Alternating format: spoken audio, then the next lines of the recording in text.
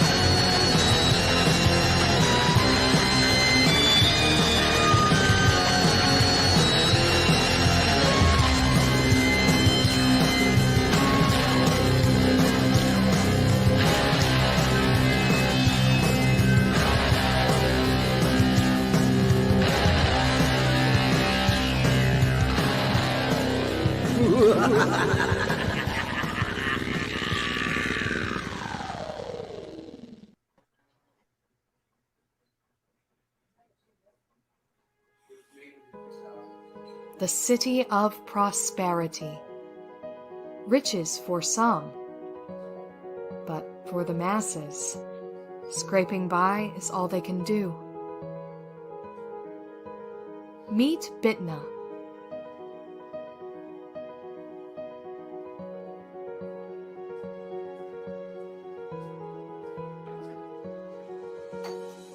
it's a rough life with an even harder reality.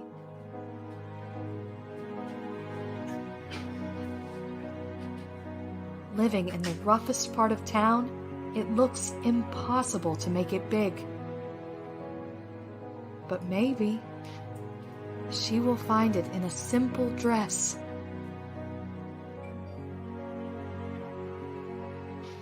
The Radiant Sight, a new romance story by Martin Fisher, now on Indiegogo.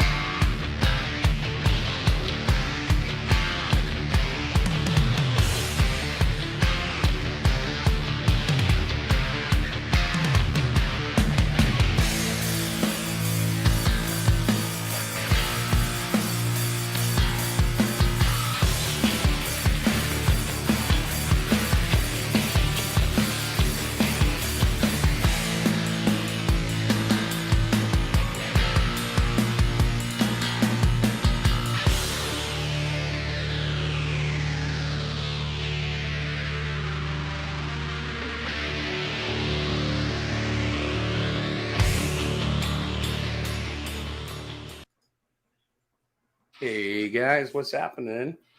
StreamYard link is available in the description if you want to hang. I'm just gonna do some drawing and mess around tonight. Watch Nightmare. Nightmare Before Christmas with my wife. It's a classic. Tim Burton was the man. He might still be. I don't know what he's doing now, but yeah. I can't really see the chat until I look up, so I'll do that every once in a while.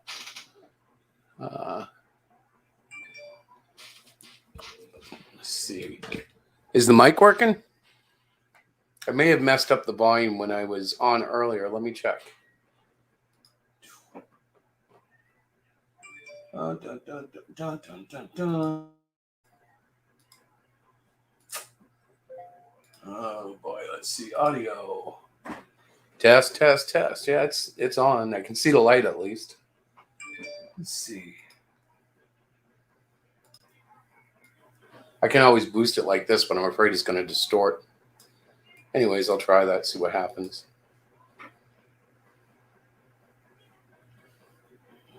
And, I don't know if it was a victory. It was really a disappointment because I was hoping to get somewhere with the guy, but it's all done. I'm not going to worry about it because there's no talking.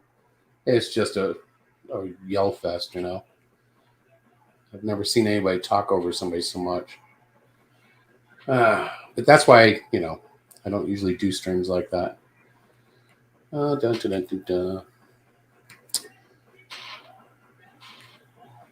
Boy, this guy's looking kind of chubby and weird. I don't know what I'm doing, really. I mean, I know what I'm drawing. I know how to draw. I just don't know what I'm drawing. More or less just chilling out. Diana's watching, I think, a remake of Poltergeist. She likes creepy movies. And I don't mind them, but I'm like, yeah, I'm done with movies tonight. Although, Tim mentioned doing a movie watch stream like Rick does. Hey, Rick. And I think that would be a fun idea. I don't know if Rick's still doing it, but if he's not, we could try it. I actually sat through one of George's Captain America streams today. I don't know if you guys have ever seen that, but it's a blast. Let's see. No, Testify, I'm actually not looking at anything you do anymore. Doesn't really matter. What does matter is comic books and making them and all that fun stuff.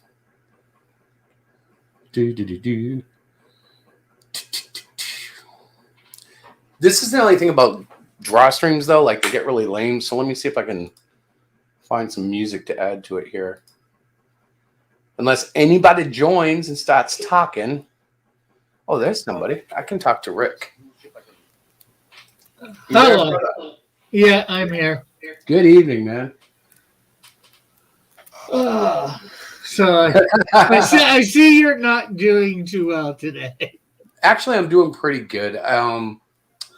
You know, when you let someone get under your skin, it does what it does. But I feel really good now, so it's all a head game.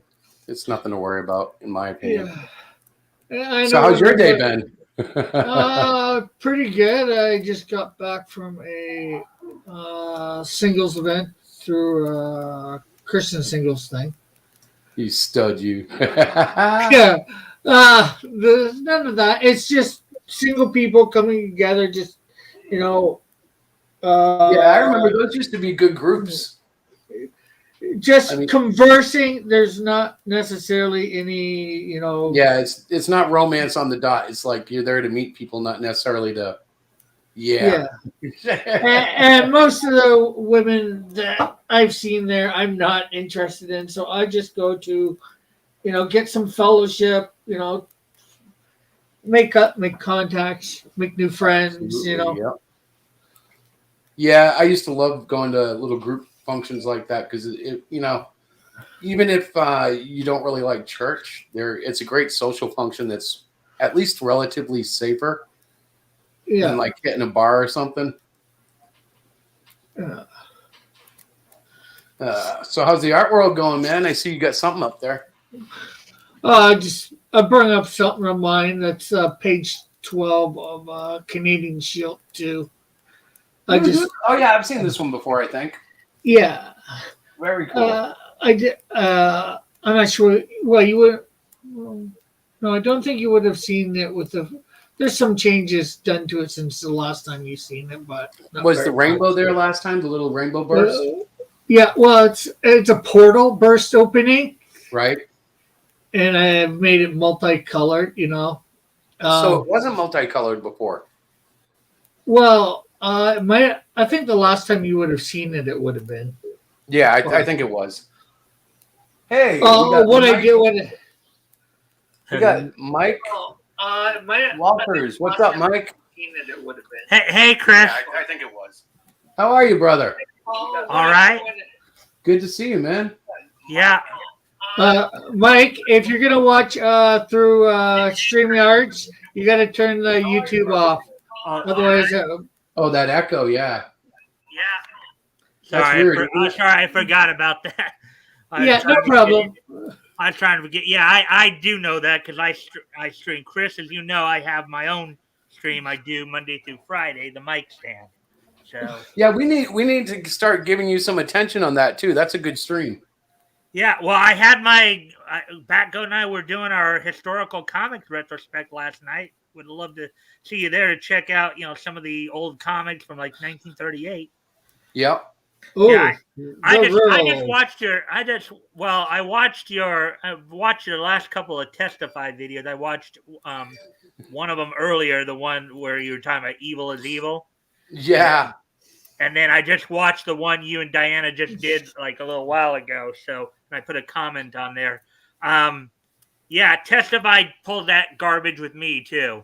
Yeah. I don't know. I think it's a trend, and I know about it, but Art can tell you all about what happened there. I didn't really know about it, but I do know that, like, when you know, it's almost like it's everybody in the circle at one point or another, and it's just, for me, it was just a climax tonight because anytime you bring my friends into it, and I mean, I don't know RJ through a hole in the wall other than what he's been to me. He's been nothing but kind. He's been nothing but friendly and courteous, and I have no reason to shit on the man, so I'm not going to allow it in my chat. What, is Testify going out to RJ now? Oh, it was a combo thing. Yeah, he was pairing us together, so I'm like, whatever, dude, go home. Oh, is that what that video was about that you were showing? Yeah, well, he had that thing there. It's supposed to mean something to us, and I'm like, you know, I'm sure you've got your little point to make, but I don't need it. Well, I'll just reiterate the comment I put on your screen there, and I did like it and share it and all that. The only way to really deal with Testify is just not give him the attention, because at the end of the day, this guy is such an insecure individual. He's nothing more than an attention whore. And the Right. more and I've learned this a bit the hard way, and I'm sure a lot of people have. The more you react to him, the more he gets off on it. Yeah, I'm afraid you're right. I wish I could say, oh no, but it seems to be the pattern. I think he's just so much of a minuscule man that he's got so little self-esteem that he just seems to be the only way he can get any rise out of himself is to put other people down. You know the old saying, right? Yeah, it's a classic syndrome type deal. You see it. Well, I wouldn't say all the time, but it's frequent enough that there are plenty like that. No. And it's unfortunate, but like I was saying earlier, it really is just about the comics. Yeah. So I'm not gonna let it detract me. I mean, I played a little bit with some video stuff in the last couple of days and all that, and it'd be real easy to go, full meme on that, but it's just not worth it. Yeah, and I think it's not worth it. Well, and the other thing, Chris, you got to think is this really what God would have me do? Yeah, exactly. I mean, sometimes in my head, I convince myself that this is it, but then you're looking at the results and it's like, nah, this didn't help at all. So you know what I mean? I know a lot of people get a good laugh when he starts some of these little tirades. But if everybody just stopped, acknowledging him. Yep. Don't let him on your streams. Don't give him a chance to talk. Right. Don't let him to your streams. Don't let him onto your streams. He'll eventually, he'll hit his head into that brick wall enough times to where he'll probably just give up. You just have to. Yeah. Well, unfortunately, what happens is he just finds new people to pick on, and I mean, I would love to help everybody he picks on, but eventually it's just like, nah, they can all handle it because it's a never-ending thing, It's always something with somebody. And as long as we keep giving him that attention, that's exactly what it's going to be. As long as everybody reacts to him, as long as we keep giving him that attention. Yeah, he's got no reason to stop then. It's still feeding the vein. Feeding the ego. Yep. So, Mike, are you a collector? I think I've asked you this before, but you're primarily a collector, right? Well, in a way, I guess you could call me a collector. It's just that I don't collect, but I collect something a little more unique. I don't collect physical copies per se. Right. I collect information.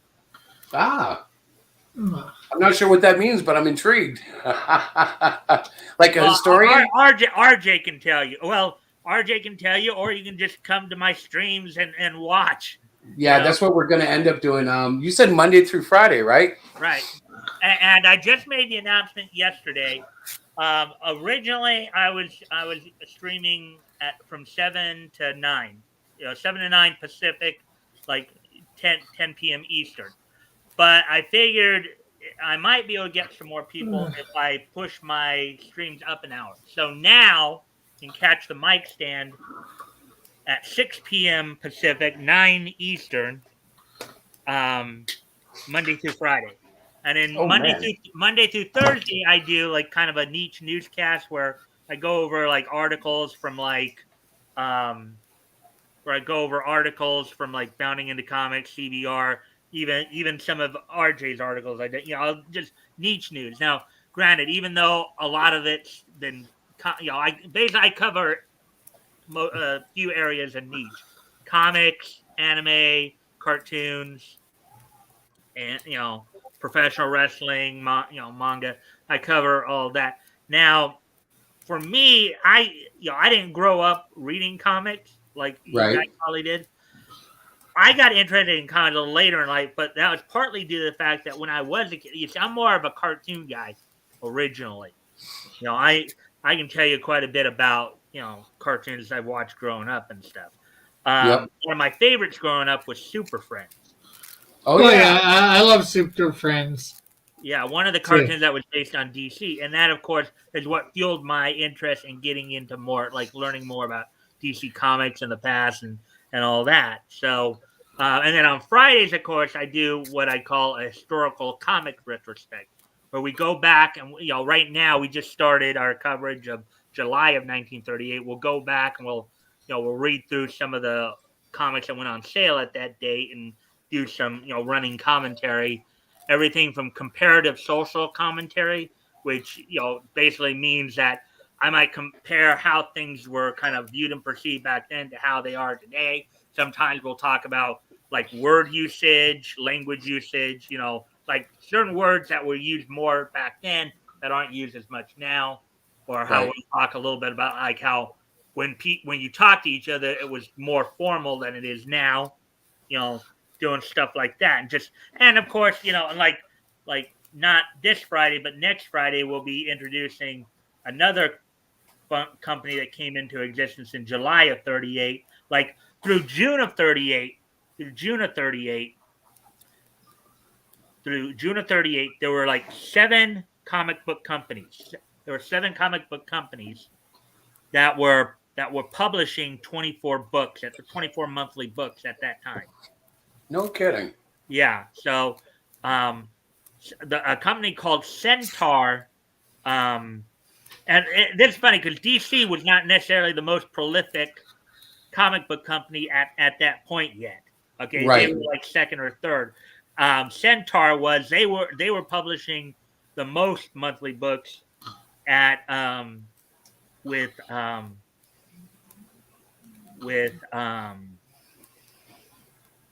like 8 books. They were publishing like 8 books.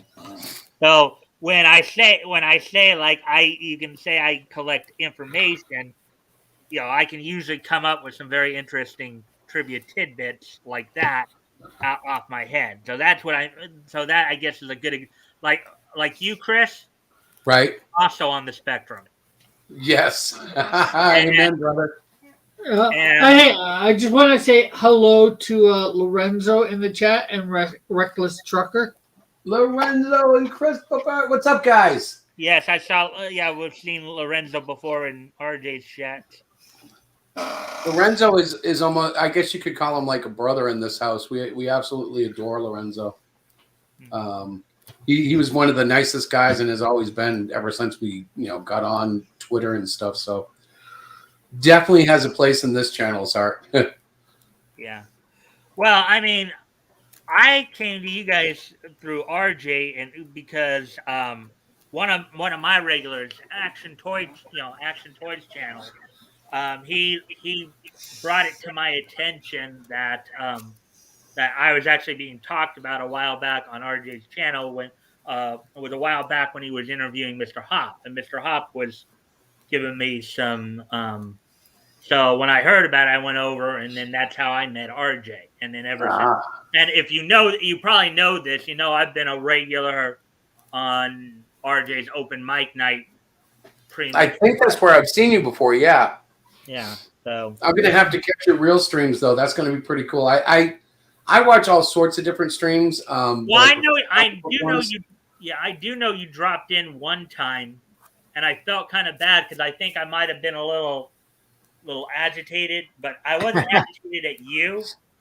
There was something that was going on. I was dealing with, and I think I may have inadvertently taken it out because I know since that time you hadn't been back, and I thought, and I was hoping you didn't take it personally that if I did seem kind of like off-putting just because I'd been dealing with some, my channel had been dealing with something at the time. Yeah, no, you know what? Don't even worry about it. If you don't see me, that doesn't mean I'm not there. Like, so the worst thing I do, and I have to stop doing this, is I'll turn on a stream and start drawing and never let anybody know I'm there. So I've watched whole streams and been like mentioned in them and just like, oh shoot, they don't even know I'm here. It's like, darn it. And It's just the way that I set up in Well, the office. for me, I think I do need some kind of acknowledgement from people. Here's the thing: YouTube's been a little bit tricky about this. Okay, so I guess, and we've talked about this a lot on my channel. I know RJ and I have talked a little bit about it too. But sometimes if you have, let's say, under 10 viewers, Right. then your view counter will get a little screwy. You know, they will not always be accurate in terms of how many people are actually viewing if you're like under 10 or something like that. Oh, really? I didn't know that. Yeah, so it's like, and I know there have been times I've had like 4 or 5 people in my streams, and yet YouTube will sometimes say that I only have like 1 or 2. So it's like, Yes. and that's kind of irritating for me. And I don't know if it's just because people aren't acknowledging it as much, or but I'm going to make a point to let people know I'm there, because I always feel bad. You're not the first person to say, I've only seen you once. And I'm like, but I've been there a few times. Now with you, I think I have only been there once, but don't be surprised if I'm there and I forget to say something. I'll have to remember that. I'm just going to focus on that. I mean, I know it may not have, for the one time you were there, it might not have been as evident, but I'm usually encouraging engagement. Well, if it's any relief, I don't have any bad memories of you, bro. So it must not have been that bad, Yeah. I just know I might have come off a little rough or whatever. But again, it was because I was dealing with something at the time. Yeah, no, you're fine, bro. At least with me, no issues. The one thing I was just going to say, the one thing we have to remember as creators is sometimes people do like to, I'm not sure I forget what the term is offhand, is just, sit in the chat and not really participate. They just like to watch or do exactly like Chris said, draw while listening, Yeah. Mm-hmm. I'm going to work on that though, because and that's all right that people just want to sit and Well, for me, a big part of streaming for me is about making connections with people. I like to have these conversations. I like to exchange information. One of the reasons why I started doing the historical the historical comic retrospect is one day I was having a little trouble finding news items, so I decided to focus in a little bit on Siegel and Schuster. Now everybody knows Siegel and Schuster created Superman. Everybody knows that.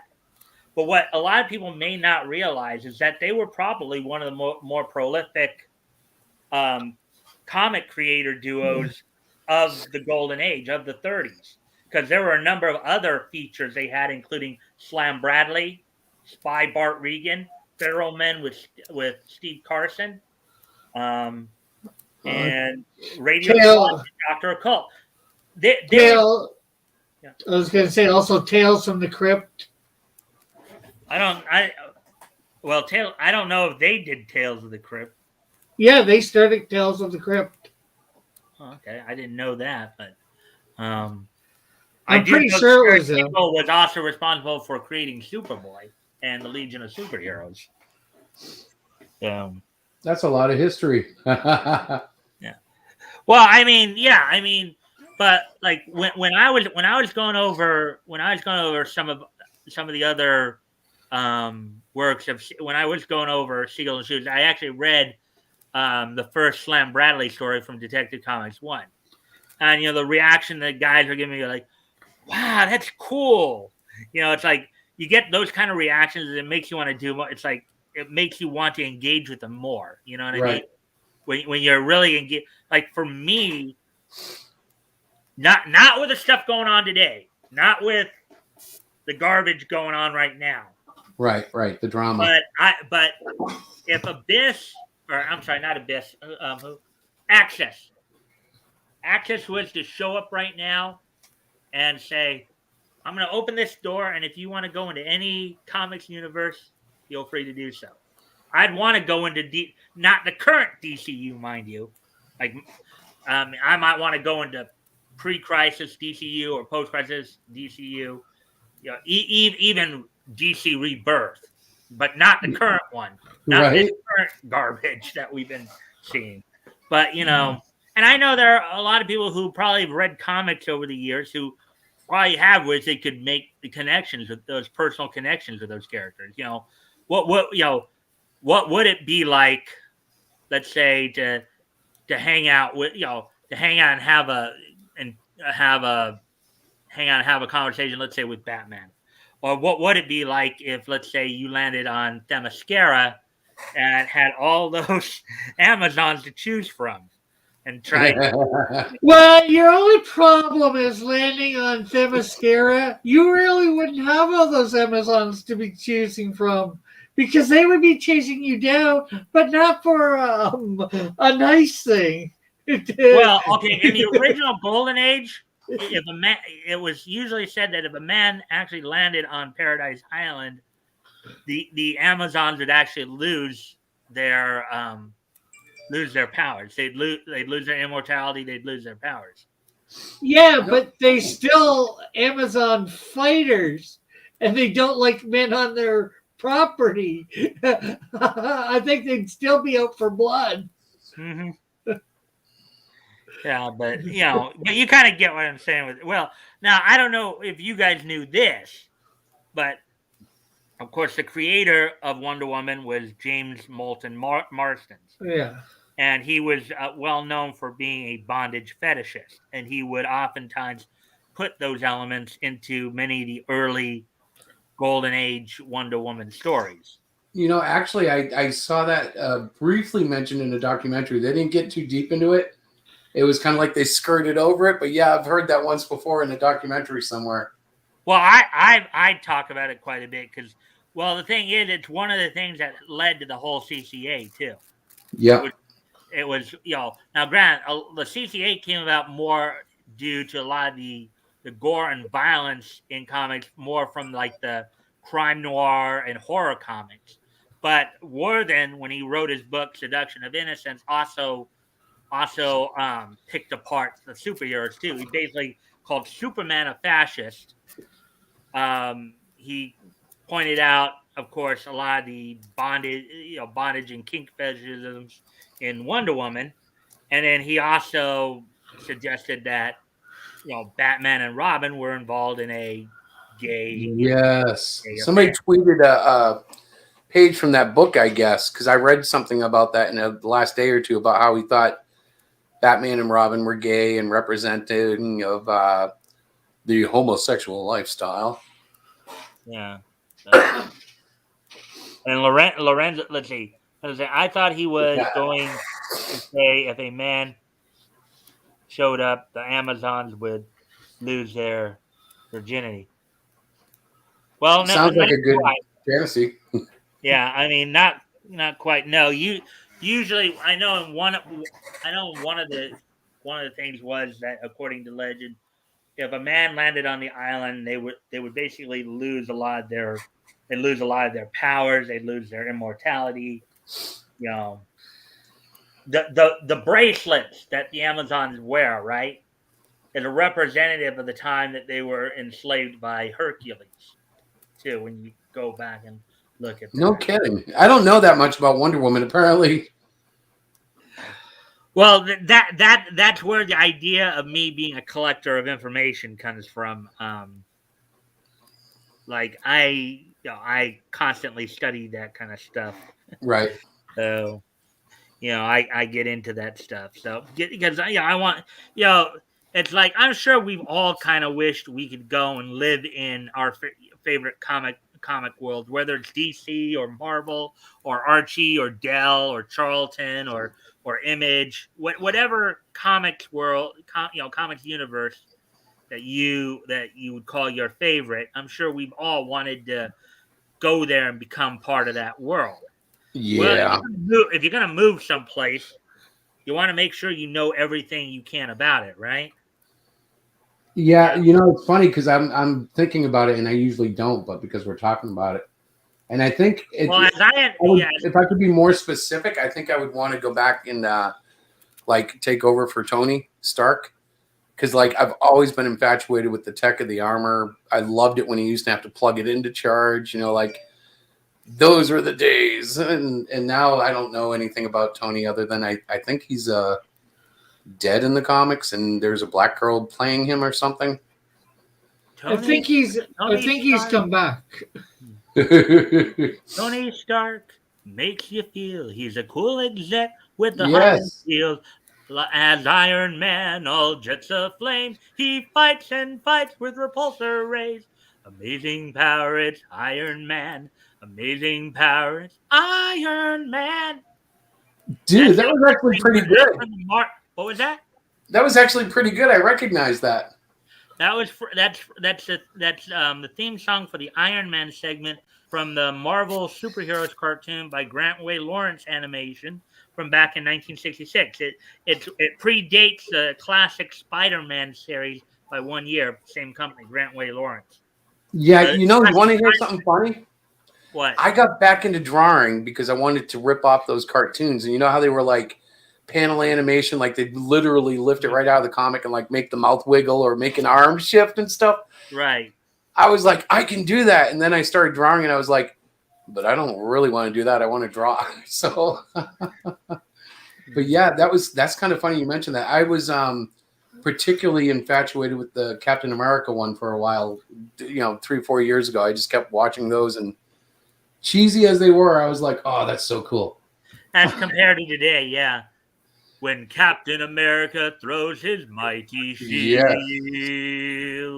all those who oppose his shield must yield. In the red and the white and the blue it comes true when Captain America throws his mighty shield. Yeah, those songs that they had for those cartoons were actually pretty cool. Yeah, somebody knew how to write a jingle. Tim says that I'm wrong about Tales from the Crypt was by William Gaines and Alfred Thing. All right. Well, I didn't think it was Siegel and Schuster, but I did look up about them. They did. Schuster I think went in to horror comics in the 50s. Yeah, I think they eventually did split up, but they as I said, in the 30s, in the early days of comics, they were one of the most prolific tandems of comic book creators in the 30s. There again, they were at one point doing 5 feature. Like you have to remember too, back in the early days of comics, they were anthologies. They aren't like today, where they're all like pretty much features. They were anthologies, which meant that you had multiple stories in each book. Right. And they were different stories. So they were doing 5 features across, like, I think it was 3. Let's see. Across 3. At the time, it was across 3 books or 29 pages. And then, of course, when Superman debuted, they stopped doing the Dr. Occult feature, took the 4 pages that they were doing for him and gave those to the Radio Squad feature, which that went from 2 to 6 with that, and they went from doing 5 features across three books for 29 pages, now doing 5 features across 4 books for 42 pages. Yeah, I know books like back then were like 80, 90 pages. In 64. like the 30. The standard count was 64 back then. You would have some 80-page, super size or giant size books, but it was generally like 64. How did we get away from that? I like 64 pages. Well, even as an anthology, because over time it was a cost cutting move, is what it was. It was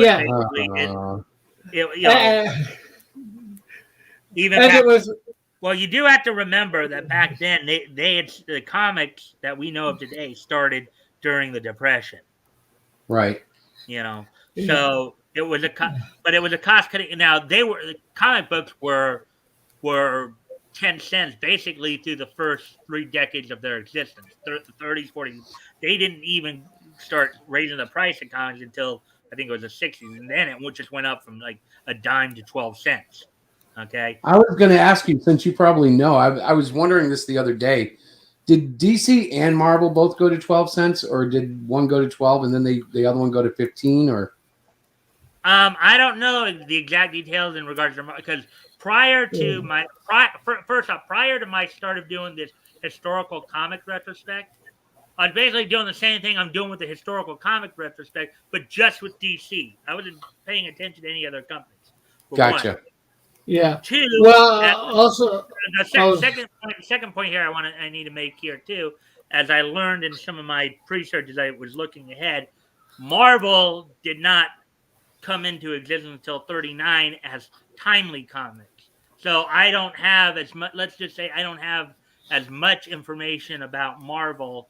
Like, I probably have a lot of information on DC, and most of the other stuff I know is just as I've been learning as I've been going through the historical comics retrospect. So yeah, Marvel at first was Timely, then Atlas, and they didn't become Marvel till like in the 60s, I believe. I think it was Or, Amazing Fantasy or something like that when Spider-Man basically debuted. I think is when they changed well, it. no, just before that, because if I would be correct, because that's when it was before Spider-Man that, like the Hulk and Iron Man and the Fantastic Four all emerged before Spider-Man, and since that stuff was getting popular. Well, yeah, some of the original Marvel characters started back in the. Let's see, as I recall, I think Captain America obviously started as part of Timely Atlas. Let's see, Namor, Submariner did as well.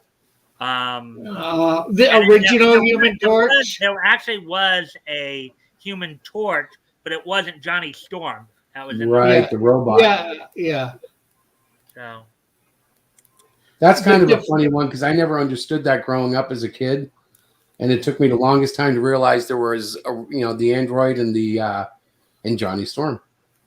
I didn't even really know about the android until I looked back at some of the early history, just doing a little pre-search a while ago. I was trying to track down what Marvel's first comic book was to look ahead to when I might actually hit it, and it was, I think, Marvel Mystery Comic #1 or something like that.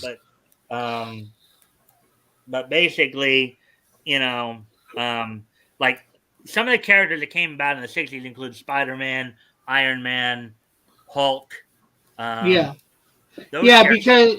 Because for before that, when they stopped doing superheroes as Timely or Atlas, I'm not sure which, in like the 40s or maybe no, I'd say the 40s.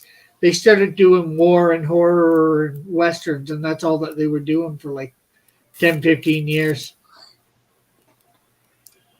Well, I know I came to know the Android Human Torch through, and I know it wasn't original. It was like a later telling, but through the Invaders, I think it was, which was like a World War II superhero team that Marvel was.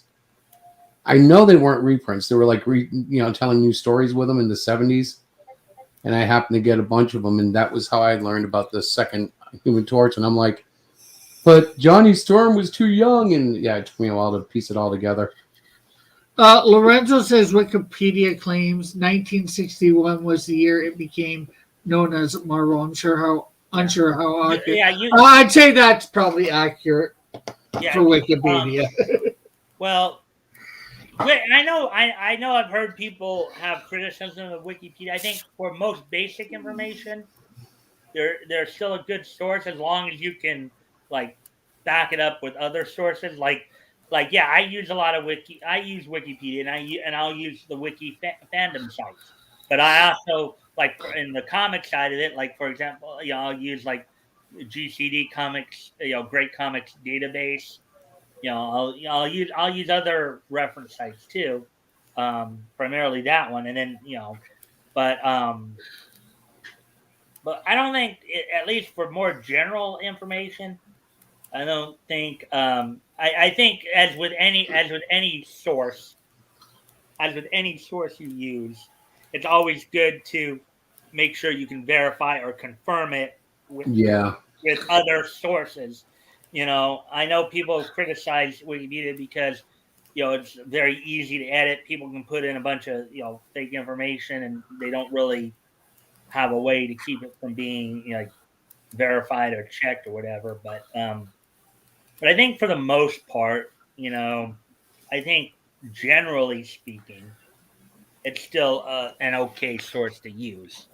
Right. I think the only time they ever really have problems is when somebody biased goes in, and they'll write an article about basketball or something, and it's blatantly all about somebody other than what it should be. It's you go, oh, this person really liked the LA Lakers because that's all this article talks about, even though it's the whole NBA, stuff like that, or politics. You'll get all sorts of political edits, and then they peer review it and kick half the stuff out. It's kind of cool, but it's more so more of a chance of getting a biased opinion, although I'm finding myself laughing at the idea that you can get an unbiased opinion out of the modern media. Reckless said, oh, sorry, go ahead. Go ahead. No. I was just going to say, Reckless says, my favorite heroes are Batman, Static Shock from the cartoon, Captain America, and Wonder Woman. Static Shock is the only one who competes with Batman for my love. Static Shock is kind of funny because I only knew him as a cartoon. I don't know if he ever was in the comics. Yeah, he was. Is he not one of the most neglected minority heroes that technically everybody seems to know and love? He should be getting love. Well, DC created it. I think DC created it. The imprint Milestone, or either that or they acquired it, and that's where Static and a whole bunch of black heroes are there. Oh, really? And they went on for so long. I know there was a crossover between DC and Milestone. I don't know. Like I said, I think DC owned it, but it could not have. But right. I think they did. I think that they ultimately did buy it, and they acquired Static Shock. I don't know the circumstances, but you're more or less right. Milestone is considered, I think, an imprint of DC. That's where they got Static from. And the thing is, I know a lot of people from the cartoon think that his name is Static Shock. That's actually just the name of the show. His actual hero name is just simply Static. Right. So. Kind of like Clusterfudge. Yeah, I guess. Yeah, and I think I commented on that when you were on RJ's stream yesterday. Yeah.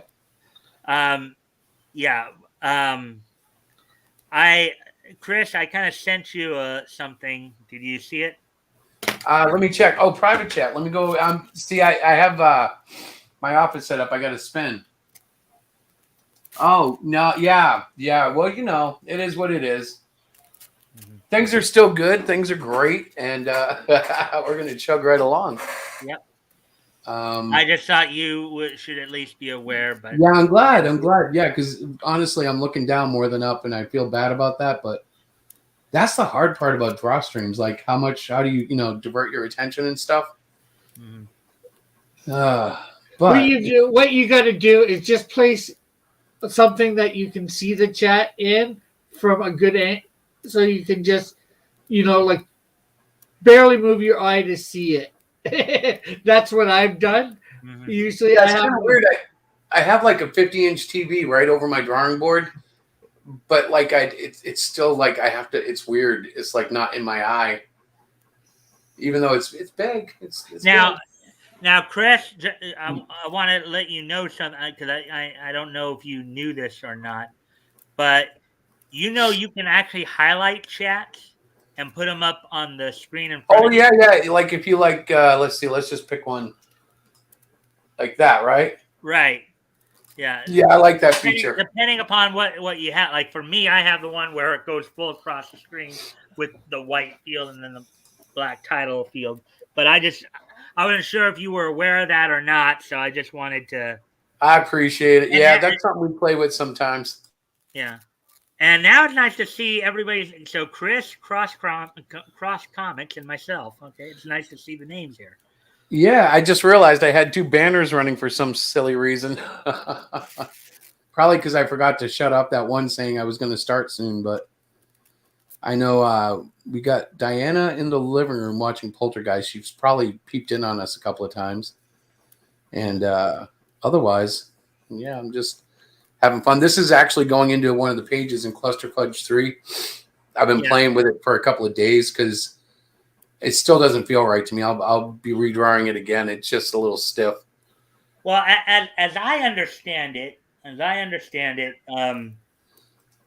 aren't you trying to put Cluster Fudge and Cyclopean together as kind of like a universe? Like, well, they are actually in the same universe. Like the doctor that helps Cluster Fudge in basically 2 and 3 is Dr. OZ, which stands for Odin Zeus, which of course is Doc Oz, but I can't call him Doc Oz because of, the talk show guy. But he runs right through the UFO organization that, pays the heroes in my universe for their services as American agents. So he's actually already made the crossover into both titles. But the big one's going to be when the little black girl in Cluster Fudge comes out of all this mess. She's going to be about 19 years old of physical age and still a 9-year-old girl in body or in mind. And that's going to be one of the main characters in the little freak group I'm going to assign to Cyclopean. It's going to be very interesting to see how you build that universe. Well, I've done it twice, and twice I've screwed up and rebooted. If you look at my books, I have Hero Shack in Search of Heroes and Hero Shack Sandbox, and they were both reboots of basically most of these same characters.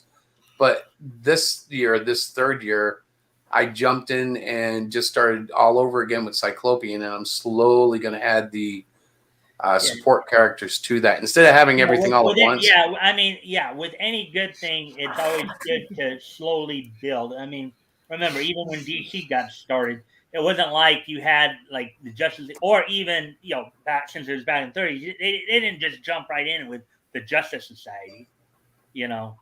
Right. Now, for those of you who don't know what I'm talking about, Justice Society was basically the main hero team lineup during the Golden Age. They were kind of the Justice League of the Golden Age. So, for those of you who don't know, they were called the Justice Society of America, as opposed to... in fact, that would have been a contemporary contender with the Invaders, right? I don't know. I'm not sure, because I haven't seen anything on the Invaders yet. Invaders happened during World War II, which is basically when the Justice Society was supposed to have happened. Well, when though was it published? Because I hadn't seen anything on the Invaders yet. So did they actually have anything published? I don't think they actually published anything. I think it was something that they created after Marvel was thing. I'm not 100% sure. Now you're going to look it up. The Invaders are technically considered part of the DCU canon. They would have had to have been published. It would have had to have shown up in a comic book somewhere. Yeah. Here, let me. Yeah. So I'm Googling it. You said but I think what you said though, Cross Comic, is they came into existence after Marvel became a thing. Is that right? Yeah. You know what? It looks like that. Let me see if I can pull this up. The first one, the Invaders are mentioned first appearance in Avengers number 71 in December 1969. Okay. Hey, that's the year I was born. So Invaders was actually a Marvel thing then.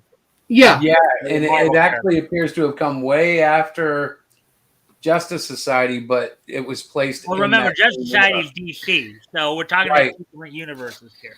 Yeah, so I was trying to establish whether or not there was like a contemporary competition, but I think there wasn't. I think Marvel just made them up in the 60s, and just placed them in that time period. Yeah, that's what I was saying. Well, when was the Justice Society first created? Oh, you're going to make me Google it. This is exciting. Justice Society came into being, I believe it was like think it was All Star Comics #1 was their first published appearance, and then chronologically though it was in All Star Comics #3, Volume 1 of All Star.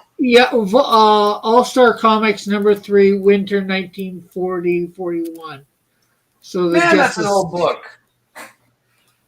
That is some old book there, man. Yeah. Ha ha ha. Sorry, I'm geeking out a little bit. Well, you can geek out more if you come to my streams, Chris. I'm gonna. You know what I'm gonna be doing here? Got a lot of stuff. One of the ways I'm gonna remember these streams is I'm going to be listing my streams and all our friends' streams on a page where like we can find them easily. Number one, I'll use it personally, but some of the people that are coming onto the site, they'll be able to see, oh look, this is where they go to watch this or hear that, or so I'll add you to that listing. Mostly, so I remember. Now, mind you, I just decided to, even though I've kind of known that you, well, I haven't like been too super sure, but I've known that you've had a channel for a while. But I just subscribed to you. I think it was yesterday or whenever you were on with RJ. Oh, thank you, bro. Whenever Yeah, no, you know what? I've been doing YouTube. Like I have over 2,000 subs, but most of them are dead subs from when I was doing Christian videos like 10 years ago. And when I got back into comics, I was like, well, I got all these subs already here, even though they don't watch our videos anymore. Like it's literally been almost a decade for most of them. So I just started using it. And the only thing we're doing currently is the Wednesday night stream. We did a Monday night God chat and we canceled it. And we're bringing back another chat that's close to that without the God chat title. But I came down with not COVID over the last week and a half. And so I've been down, which is really funny because I've had 2 tests. They say I don't have COVID, but I've had COVID before. It feels like COVID. And even though I'm vaxxed, I know that that doesn't really mean anything anymore. So I've been home. I'm feeling much better, but I'm still winded. Like if I walk too fast to the bathroom, forget it. I feel it. And so they've got me now on a steroid and an antibiotic and all sorts of guessing drugs. They're like, well, this might help and this might work. So I'm slowly getting back into the vibe, but man, the breath is gone. Like right now, I feel like I'm 70 years old. And I mean, they were like, well, maybe it's this, maybe it's that. I'm like, maybe, but I've felt COVID in February and this feels like COVID, which felt very different than the flu or pneumonia or any of the other issues I've ever had. You can still get through it, though, Chris. You can. Oh, yeah. I'm not going to die from it. Don't get me wrong. In fact, it was funny. When they told me negative, the doctor told me it was a negative test. And I said, well, now I'm worried because when it was COVID, I was kind of confident that I'd have no problem. Now I don't know what it is. And she looked at me and she's like, you think that it's like, you thought COVID would be better than what you have right now? And I'm like, I've survived COVID once already. Yes, I'm not that afraid of it. Well, you've obviously survived the flu before, right? Oh yeah, exactly. I mean, that's the thing. We're mortal, Chris. We're mortal. We're all eventually we're all going to pass on to the next world. Okay, it's so sitting there worrying about it isn't really a productive. Yeah, that's true. You're right. The thing is, though, like if I knew it was COVID, like if they had come back to me and said, "Oh yeah, you got COVID," in my head somehow I go, "Oh, I've done that," but I've also done pneumonia. If they had told me that, I would have been like, "Okay," or one of a number of things, and all they could tell me was, "We really don't know, so we're going to try this and this and this." I'm like, "Well, that's not good." It's like going to the mechanic and you got this noise, and they're like, "We think we fixed it. Let us know if you hear it again." What? I just want it fixed. Yeah, I get that. I have that issue more with my computer and stuff. And, well, I've been very blessed with that smart. I know a lot of people who know me would say that they think I act like a know-it-all or that I know everything. It's not that I don't. First off, I don't know everything. Nobody knows everything. I don't know everything. I just know at least a little bit about a lot of things. Some more than others. That's generally the case with most people. Nobody is truly omnipotent, except for God, of course. Hallelujah. You know, so and you can probably and if you've heard me enough, Chris, you know that I can use the big words. I Yes. have quite an extensive vocabulary. Amazingly, I think I do, but I really don't. And I think I do because I work in education and I tend to fool everybody there. Like, it goes really well when I talk, but it's because I've hung around them a lot. Mm-hmm. And it's just weird. Words are just words. And if you just get the understanding of them, you can say so much more than just rattling off, and I don't know. I'm about to go off on instead of just being drama, but I'm not going to go there. My mind is a little distracted still, I guess. Yeah. But it's good though, because like you guys are hanging, and I'm just playing around. I like the hair on this guy's chest. That sounds really, I suppose, weird, but I don't mean it to be. He's the main demon Brutus guy in the group. He's the strong guy, and he's about to kick the good bookmark's butt for a little bit. And I keep forgetting. Number 2 hasn't been released yet, so you guys don't know what I'm talking about. But at the end of issue 2, they basically take that ball guy and surround him, and he's gonna. Hey, Chris, stop giving stuff away. Oh, thank you for stopping me, because I was about to go into the next phase of that story. Oh, yeah. That's yeah, why you probably want to watch that, Chris. Yeah. Well, Diana normally streams with me, and she likes to sit next to me because when I start going off, I get the foot in the knee and the kick and the pinch, and it's like, oh yeah, sorry, honey, yeah. Yeah, well, you can be sure I will help you usually from spoilers if I. You're pretty good about that too. You are. Because A, I don't like spoilers. 2, I've learned I used to do just as the same as you. Yeah, if you get up and tell them everything, there's really no mystery to incentivize.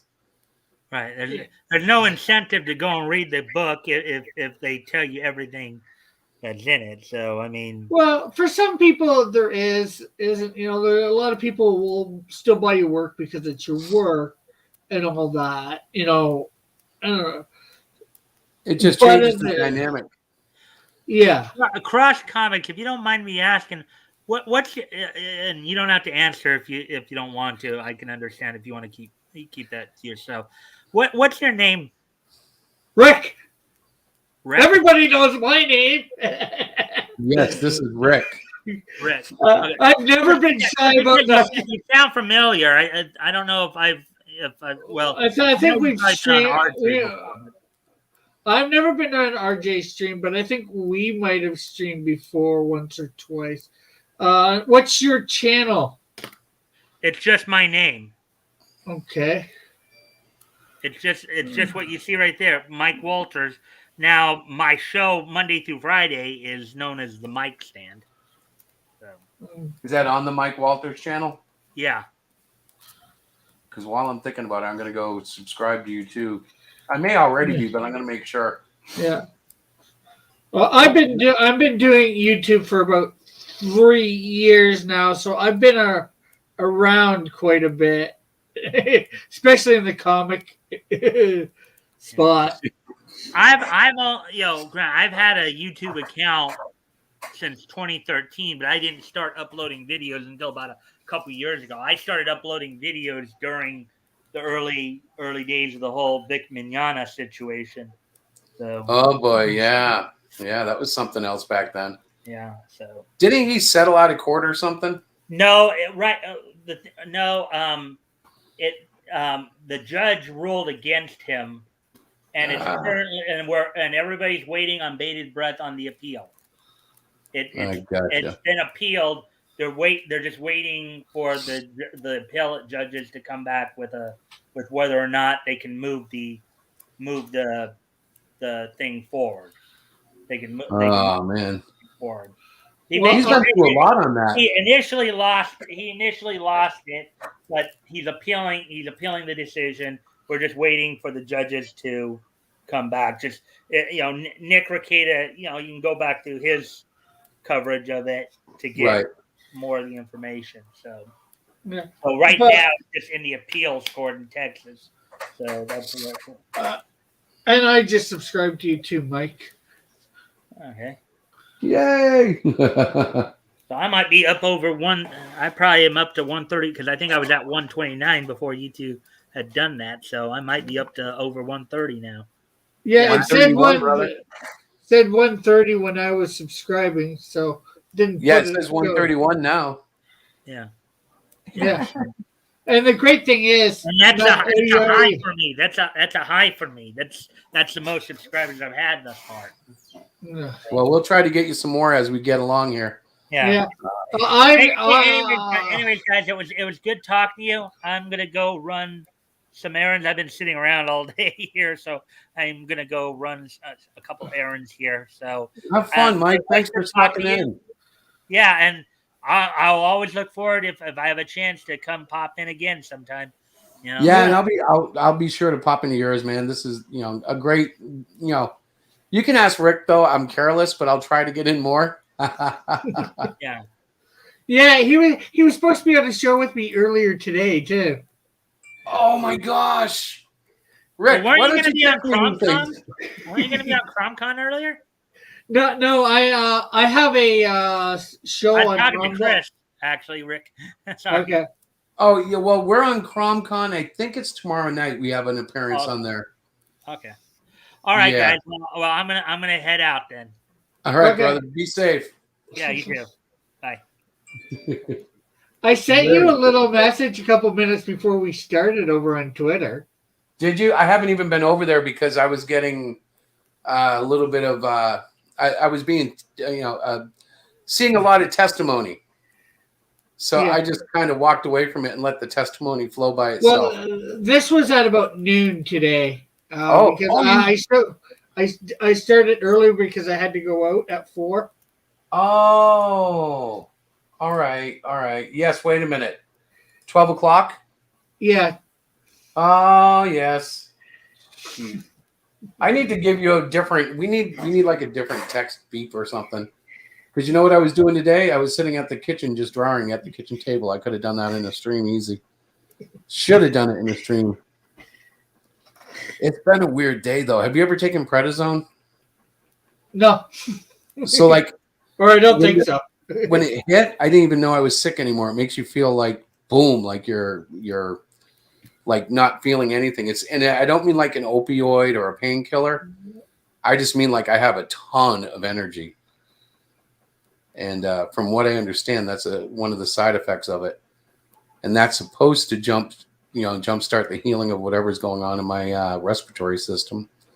But we'll see. Yeah. So far, so good.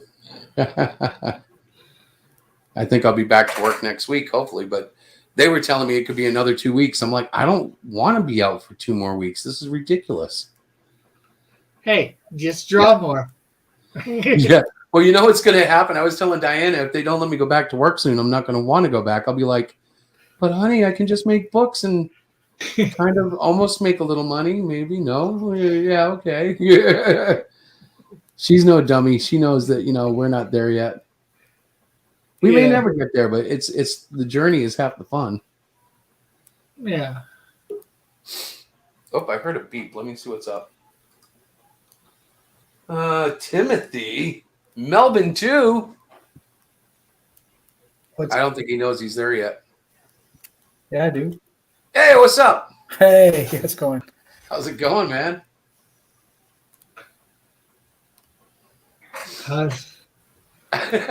Tired? It's going good. I had to close my door. So is Vic okay? I was actually going to check out his stream tonight, which I almost never do. And What happened to him? I don't know. I thought he said he wasn't streaming tonight because he was scanning or something. Maybe I read it wrong. Something like technical difficulties, I guess. I don't know. That sucks. That's one thing I do have to say that we are very blessed for around here is the equipment is fairly new and fairly reliable. So that's good. I know a lot of people that, they don't have the newer computers and it screws with them. But So I did the storyboards for the prologue for Melvin 3. So I was hoping to send them your way. oh, good. Did you already mail it to me? No, I haven't done that yet. I will do that. All right. As soon as I get it, I'll give it a go, man. I'll give it a peek. I've just been, well, you know what I've been doing tonight. Yeah. That was a fun night. Yeah. But in the end, I really feel good. I got some great advice from a couple of other pros, and I'm putting that into effect. And Testify can be Testify. That's fine. I'm just going to go on doing me. And I mean, after tonight, that video that he presented, I'm like, yeah, what did I even think about looking at this? This is stupid. So yeah, he's got nothing. Don't worry about it. yeah, well, I'm not worried at all. But I was like, what the hell? And I wasn't going to view it, and then Diana was like, oh no, we should go see it. Okay, let's go check it out then. And even if I mean, knowing you, I watched about 3/4 of that video of you two watching it and all that. It was ridiculous. I'm like, what the hell? This is nothing. Anyway, before we give that too much light. Yeah, let's get on to something. Yeah, we don't have to give that any more oxygen. Well, let's get out of that. Yeah. I don't even know what I'm doing. I was going to say. Shining. I was going to say. I'm going to send a few reference drawings so you can, just in case, just so you know what each character looks like. You know me, I always end up messing with. Well, no, you guys don't really know me that well. I always end up messing with stuff. I know. I want to mess a little bit with Joe Cool. I actually did a drawing of him once. Do you know the George? Joe King, not Joe Cool. Oh, is it? I've been calling him Joe Cool for months now. You got think of it this way. Say Joe and King real fast together. Joe King. Ah, I get it. That's really good. Oh shoot! Hang on a sec. I gotta check. And we're not joking about that name. It's a good name. Let me see if I can turn on my audio. How do I do this? Oh, I do this. Yes. I just don't want to show my screen for a second.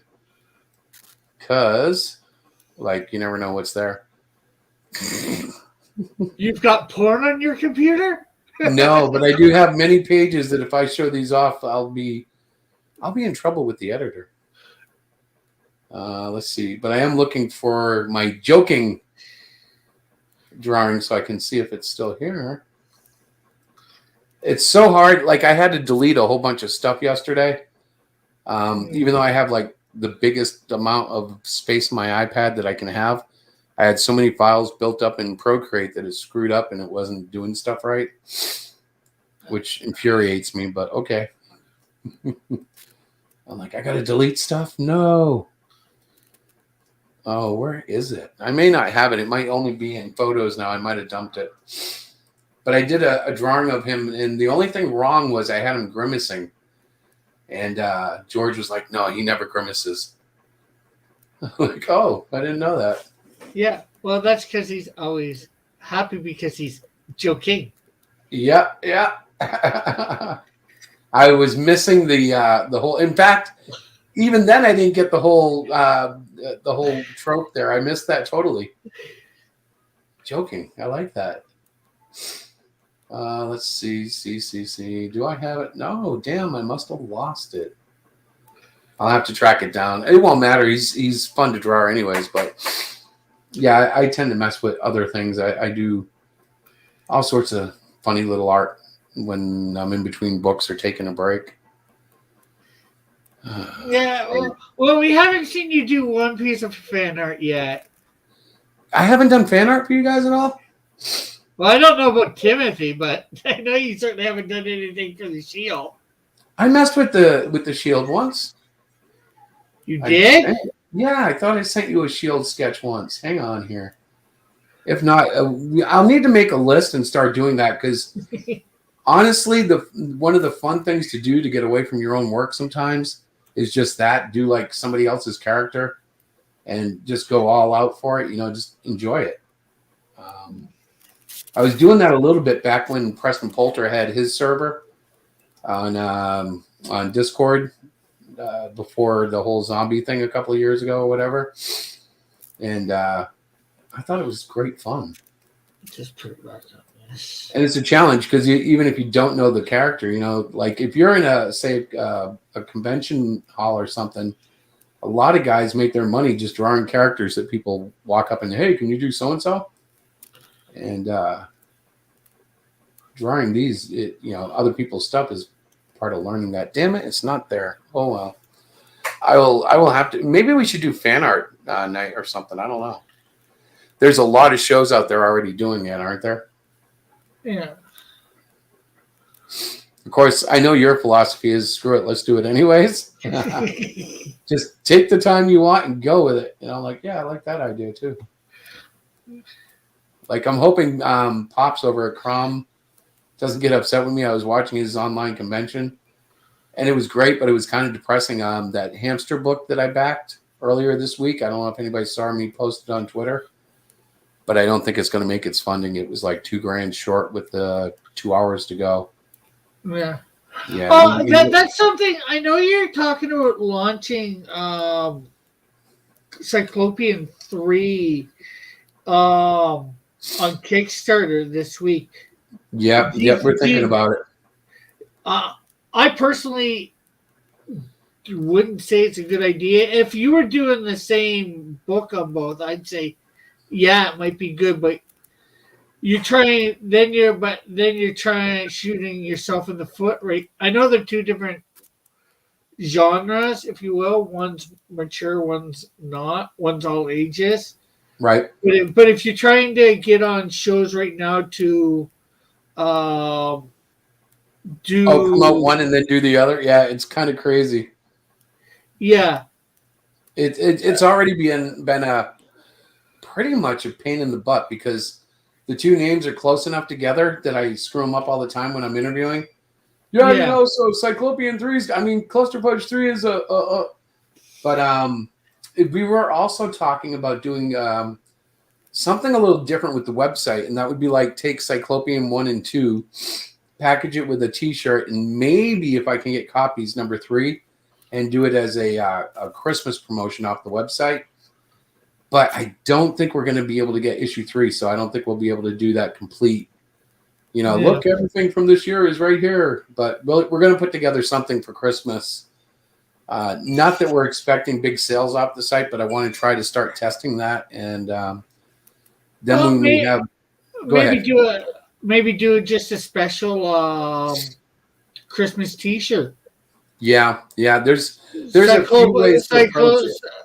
Either Cyclopean or Cluster or both in a Christmas hat, like a Santa hat. Yeah, that very well may be what it becomes. The thing is, we haven't really exploited anything on the site yet, and she wants to expand on it. I want to expand on it, so I'm like, let's come up with some ideas. Get that. I just haven't put enough time into it. For me, and I guess for her in her own way, the difficulty lies in like working full time, trying to figure out what to do. I don't think he's in here either. Yeah, I definitely wouldn't say you're still gonna do a campaign for Cyclopean 3, so I wouldn't suggest doing the Christmas thing with it. I don't even think it's a possibility. And I'm just saying that. Yeah, well, just in case it's a timing, just because the backers of the campaign would feel cheated. Yeah, see, that was the other thing we were talking about, because if I did that, I wouldn't do a crowdfunder, which kind of puts a disruption in that whole chain, if you will. You know what I mean? Like, if you crowdfund issues 1 and 2 and don't do 3 and then try to crowdfund 4, it might just be a little too confusing. Yeah. I kind of did that with In Search of Heroes. I never did a fund on the last one, the last book of it. I just kind of released it and then handed it out to people I wanted to let have it. And then we had it printed, and I have them in stock, but I haven't actually done a campaign for it. Yeah. Shoot. Yeah, this stinks. I don't see George anywhere. Cool. Joking. That's funny. You're joking? No, I can't find joking. Oh, wait. Was that him? No. What I'm doing is I'm scrolling through photos. You can't find anybody joking? Yeah, there's just no joking anymore. Chappelle was the last one. Somebody slapped me for that one. I don't know. Comedy is kind of funny these days. Get it? Well, if you want me to slap you, you have to come all the way to Texas, knock on my door. I'll just open the door and slap you, and then you can go. What? You can come all the way down here to Texas so I can slap you, and then you can go home. Oh, there you go. Okay. No, I just didn't hear you. I'm like, what's he saying? Oh, shoot. No joking. All right. I'm going to have to redraw them anyways. That's a shame, though. I like my old artwork. It's probably, you know what? I know where it is. I have it on Google, but I'm not going to go searching for it right now. Because everything is backed up to, the slave in the sky. The satellite nastiness of Google. Boom. There we go. Back to something. Oh, shit. So what else is up, gentlemen? I don't know. The sky. Y'all sound dead today. It's obvious that I'm on prednisone, though, because I'm not even... It feels like noontime, and I should be out like a light. Oh, they say that? There's my first John. Yay. Hey, there's some fan art for the Canadian Shield. Did you see it? Or are you showing it? Oh, you're showing it. Yes. I know I drew him once before. Because he wasn't that good. Like, the way I drew it wasn't that great. I remember thinking, I could have done better. But, they say you have to draw a character 100 times before you really get a good feel for him. Yeah.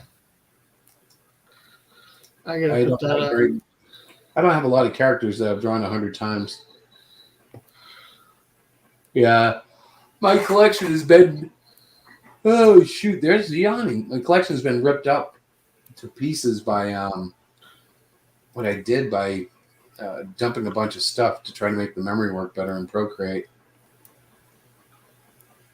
And I didn't understand it, but I figure it's got to be because of the... they must use hard drive memory to swap like a live RAM disk, and it gets gummed up if you have too much on your hard drive. All solid state, of course. Come on, where is he? Okay, Guy from the Red Bank says Mike S. Miller does drawn and quartered. Oh, that might be something about fan art stuff that we were talking about earlier. Yeah, I've seen a couple of the... I haven't seen the show, but I've seen a couple of the drawn and quartered like results on Twitter where people say, "Oh yeah, I drew this here. I drew this with Mike." And yeah, cool. I actually got on there once. Hey, yeah, I don't know because there's the one drawn and quartered Ultimate Edition, or it used to be known as Fan Edition. Yeah. If you win that, you get a spot on Mike's the next week. Oh. Not that it's a big prize anymore, because a lot of people don't think it is, but Yeah, he's kind of hurt his value, but he's still got some. I mean, obviously. And really, who do you hurt his value with? Just Comicsgate people, I think. Yeah. I don't know. I'm not even sure what the drama was with him. I guess he had beef with EBS, and I don't know. That's a rough war when you get beef with EBS. Go ahead, hit your head on the wall. Because he's doing pretty damn awesome. I've criticized him a lot in my time, but you got to give it up to him. He's doing those toys, and it's like, wow. I just want to do comics, but toys would be such a dream, Yeah, well, unfortunately, something that I'm not going to be able to redo because of certain things. Let's see if I can show you this without. Hopefully.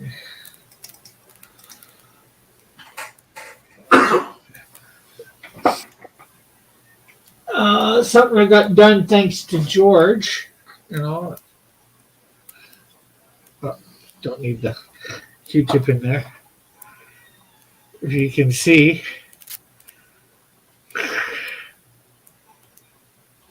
Oh, I think, is that the 3D printed one? Yeah, Yeah, that thing is hot looking, man. yeah, that's. There, So George I think I've talked to him at least 2 or 3 times about what printer to buy, but I haven't Yeah. done it because it's not just the printer. Then you have to actually model it in the software. Yeah, I've watched a few things. A good one that I recently found. Let's see whether I can get it off my watch list. Hopefully, Aha! Dun, dun, dun, dun. let's see. Is that him? I think that might be him, or at least a bad rendition of him. Here, I need to get over. Yeah, not quite as big as he. If you can send that to me, I want to Yeah, put it I up will. on. I want to put that up on my fan art page. Okay. Yeah, I think I did this, 6 months ago. And now that I'm looking at it, some of the proportions could be adjusted, but I like it. And the Any other two, complaints I have the way I did it, the other two things I would like you to send me that you Uh-oh. keep forgetting to What is the Eric Unitowski piece of Cyclopean, so I can color it. Oh, you don't have a copy of that yet? No, Oh, heck yeah, I'm sending you a copy of that. yeah. You and Eric have forgotten to send me it. I'll actually make sure I do that tomorrow. I'm looking at it on the wall. I just have to get a good camera out and get a nice good picture and then clean it up and send it to you. What you don't have a scanner? Oh, hell no. I'd have to go to work to scan it, and they won't let me in there until I'm done with my medicines and get a clearance. Everything I ever put from paper to the iPad, so to speak, I put up on my drawing board. I light it with these great little lights and take a nice 4K picture and then work it into the Procreate at a 300 DPI. Yeah, it's huge otherwise. No. And the other thing is that I asked to send so I could try my hand at coloring it is your backdrop piece there. Oh, that thing. I didn't know you wanted a picture of that. Yeah, I said to you. You must have forgot that I said about wanting. Yeah, I see. I bet you I have that one right here. Just have to find it. Where did you hide? That one's pretty cool. There we go. There, I tweeted them to you, but if they come through with like low resolution or something weird, I might already have it. But if you throw an email back to me, I'll just attach it to that. Yeah. Okay, we're in there. Sometimes I think Twitter like crunches the artwork, Yeah, sometimes. Aha! I knew it. My angry looking joking. And it does say joking. I should have known that. But that was the drawing that I did, and he said, "Yeah, but he's never frowning like that. He doesn't have angry eyes." I said, "Oh, next time." Yeah. Keep that up. I'm not looking at. Just moving, copying and pasting. Let's see. Well, he's just a big blue furry guy with a red cape. We've seen him before. No. Yeah, I just want to see your rendition. I love him. He's cool. Hello, Eagle. And hello, guys. Hey. Hello, Brandy. And that's all I can see in the chat. But hi, guys. Hey, Eagle. How are you doing?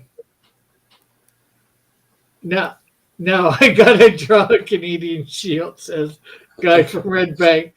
Okay, now Guy from Red Bank, remember when drawing him, well, if you want some reference, just find me on Twitter, Cross Comics. Yeah, there's a Tony reference. But he is built like a brick house. He's 8 foot tall. Think of the Hulk without veins. You know, a Hulk build. How does his blood circulate? You can tell me to stop anytime. Yeah, it's all through the arteries. I would not real. That does really look like a mean Joe King. Yeah, he didn't like the expression. He was like, no. And, well, the good thing is you could actually just go back in. Well, I'm not sure digitally, I might even be able to do that with just a little. I don't know how this one. Oh, look at that. Oh, that makes it easier right away. I don't know. Let's see. There's a unique little thing Procreate does, and other apps probably do it too. But if I go in here and I select carefully, I should be able to warp it. And Pops is in Comics Related Madness, Pops? Yeah. The man? Pops. And hello, Pops. And what is Eagle thinking? What are you thinking about Eagle? That guy from Red Bank has to do our Canadian Shield? Yeah, see, I'm kind of messing it up. It's not working the way that it can sometimes.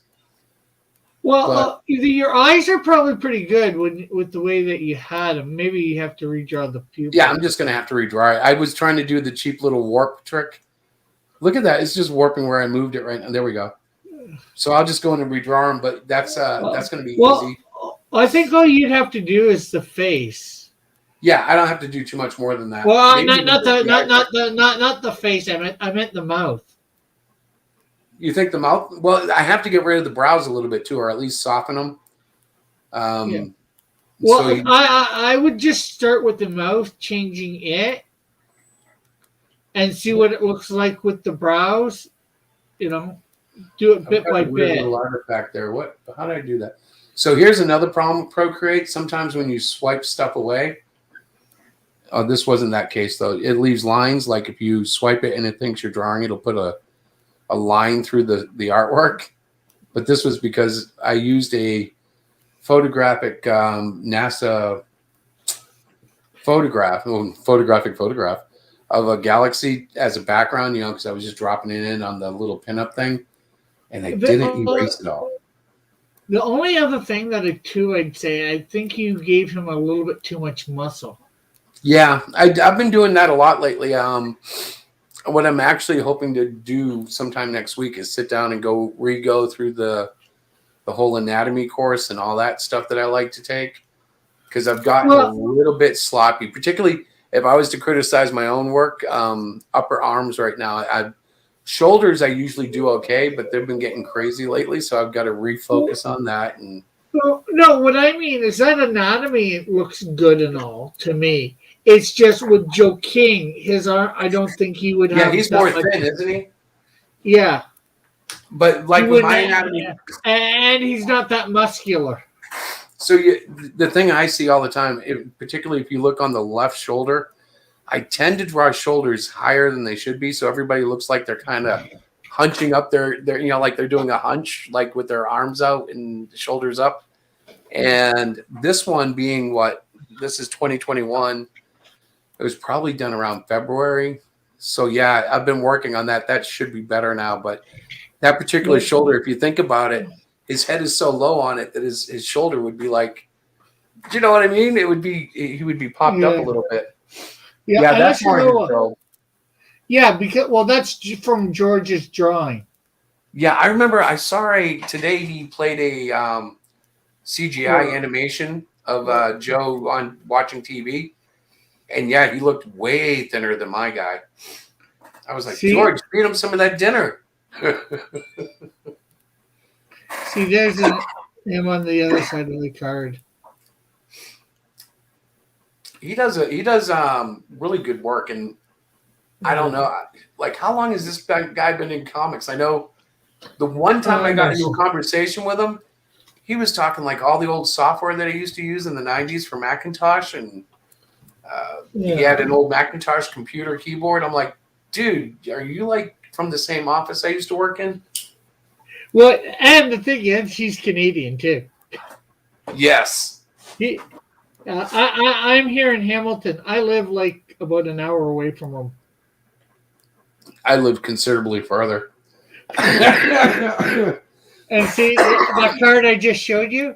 Yeah. This is what I think Stu was saying about the other day to do with him. Yes, I did drop him a message. We didn't talk about it yet, but I am going to attempt to do something with him.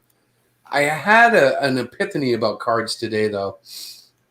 Number one, you guys, we got plenty of creatives here. Sketch cards are actually 3.5 by 2.5. Yes. Do you realize how small that is? Yes, I do. Oh my gosh. I've done several of them. Well, I was doing them today, and I did 10 of them, and they looked like crap to me, right? I was like, I hate this.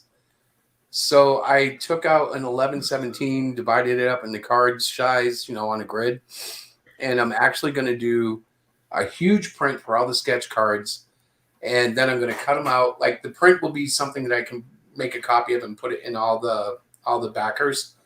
But I'm going to give them each a card, and the card is going to have but piece of the art. But what does your thing say? It says, what's the tier say? Doesn't it say about, or does your tier say anything about a sketch card or what? Oh, yeah. Well, it's for the early signers. We have like 10 people who signed up early. So I did the 10 cards, and I'm going to give them those anyways because I don't like them. But the 11/17, I did like a You had 10 people that signed up early, but you make sure they've bought because I know I was one of them, and I haven't bought a physical yet, so you don't need to make a card for me. I'll still make one for you, even if you never claim it. Well, I'm hoping by the end of your second month on Cluster Fudge 2 that I'm going to be able to get both books. Hopefully, I've gotten a little bit. So hang on, let me see if I can pull this up. Those would be cheap to send. Those are like a stamp. Yeah, you put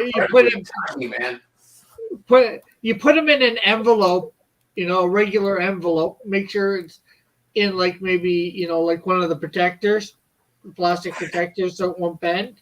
That easy. And you just put a stamp on it, mail it that way.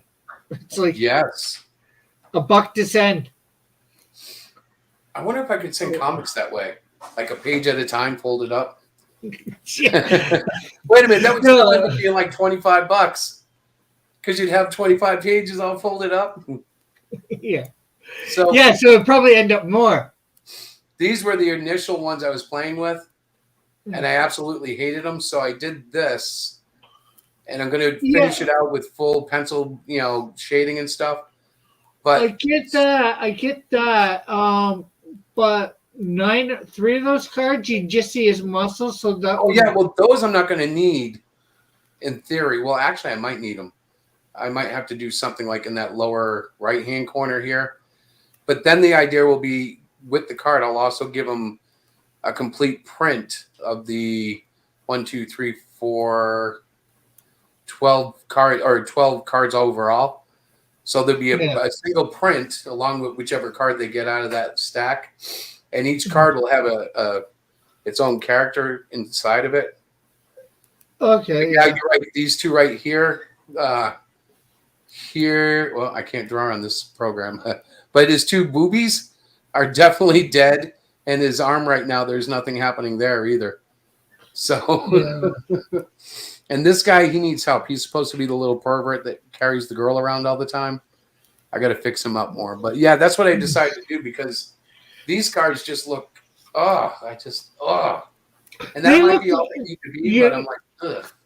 You know what? Those cards look great. People, I wouldn't be in the least bit disappointed in those cards.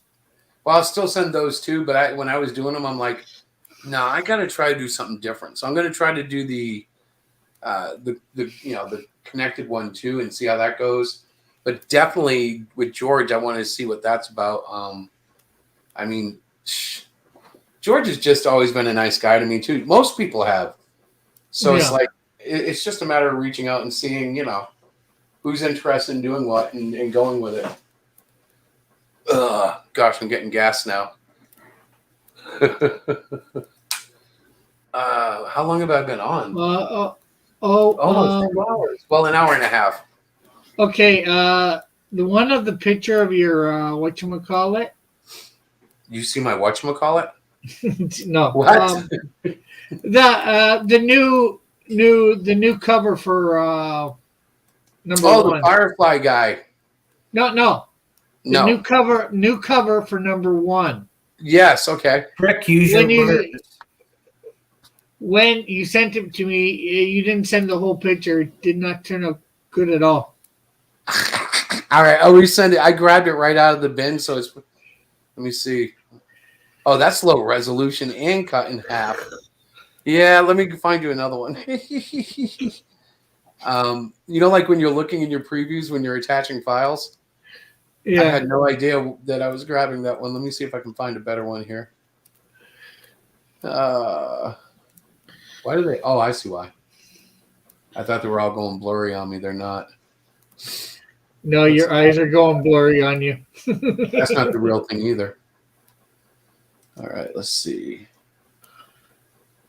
It's before that one. It's not a very good system for.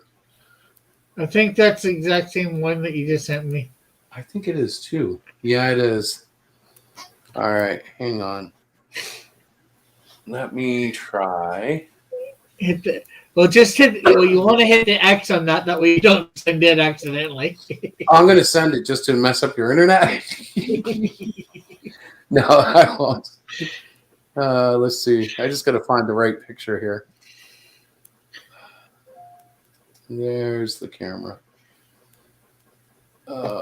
Apple's kind of weird. Like, I love the drawing on it, but I still don't really care for just the way they handle files and stuff. It still feels like an iPad more so than a computer, and that kind of sucks. And as for how long you've been on, an hour and 42 minutes. Yeah, it's not been bad.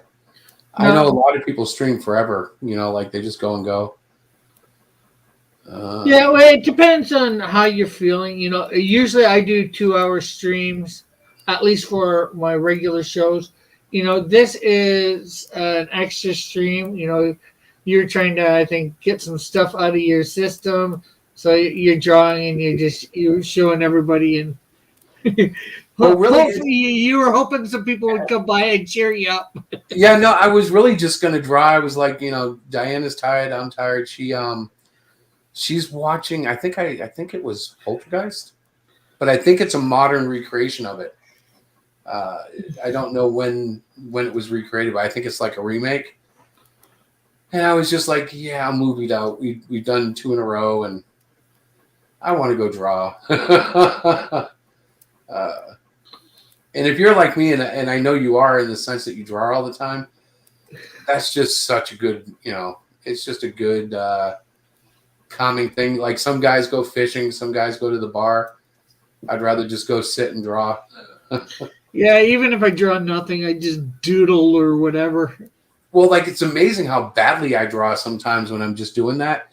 But it's a great exercise to say, okay, you were sloppy here tonight. You get it straight. Like that's how I look at my work. I'm always analyzing it and like, how can you improve that? Why does that look so stupid? What were you thinking there? Like I'm a worse critic, but overall, that's how you improve, I think, is if you keep dogging yourself. As long as you don't get like terribly depressed and suicidal about it. Yeah. Which I've done too. I've sat here and gone, oh my God, Diana, I suck. And she's like, stop. But look at this, it sucks. What she usually does then is she has someone else look at it. And then that always shuts my mouth because someone else, like we'll go see the neighbor kid or something. And she'll be like, that's so good. And okay, I remember now. Yep, I'll stop being a baby. Unfortunately, I'm not sure whether the neighbor could because anybody that can do halfway decent art, But you know what happens with the kids? The kids are so what's the word I want to say? They get excited to see artwork that as Yeah. long as you feel their energy go up when they're looking at it, for me at least, that's like a confirmation. Like there are some arts that are more photorealistic than others, but they're not as lively. They don't have the so like when I see that balance and someone's excited for a piece of art, even though I can see flaws, I'm like, that's pretty damn cool. I like that. Thank you, child. You just made me realize I don't suck as much as I thought I did. In fact, it's kind of cool because they always, there's all these kids around here that will send me artwork or And the kid little looks at you drawings and that they've goes, done. What's that? and the kid looks at you and goes, "You suck." And you're like, "Oh, you little bastard." No, they're just I don't know. It's funny. They seem deprived of art, and I know that's not right because they have art classes and stuff. But it's not like when we were kids, or at least when I was a kid. Because like the kids who could draw when I was a kid, myself and a few of my friends, we were drawing on everything, always finding new, fresh ways to get paper. Like, when your parents have all these novels up in the library of their living room and you go looking, you can actually get a lot of blank paper from the back of those novels. And you tear it out and it works great until mom or dad finds out that you've been tearing out all their paper. But like I remember being that hungry for art, and these kids they don't have enough inspiration. And when they see you draw, they kind of get reignited. Like I think maybe they don't realize that most cartoons have an actual person drawing them, at least in the initial stages. I don't know. I don't know where the connect goes anymore. Oh, Rick, I think I may have to take a new photograph of that. Yeah. That's crazy. I don't see it. Let me see it. Oh, I know why I don't see it. It should be in my Procreate. I've been looking through my photo stock. Is that what if Cobra Commander was the Canadian Shield?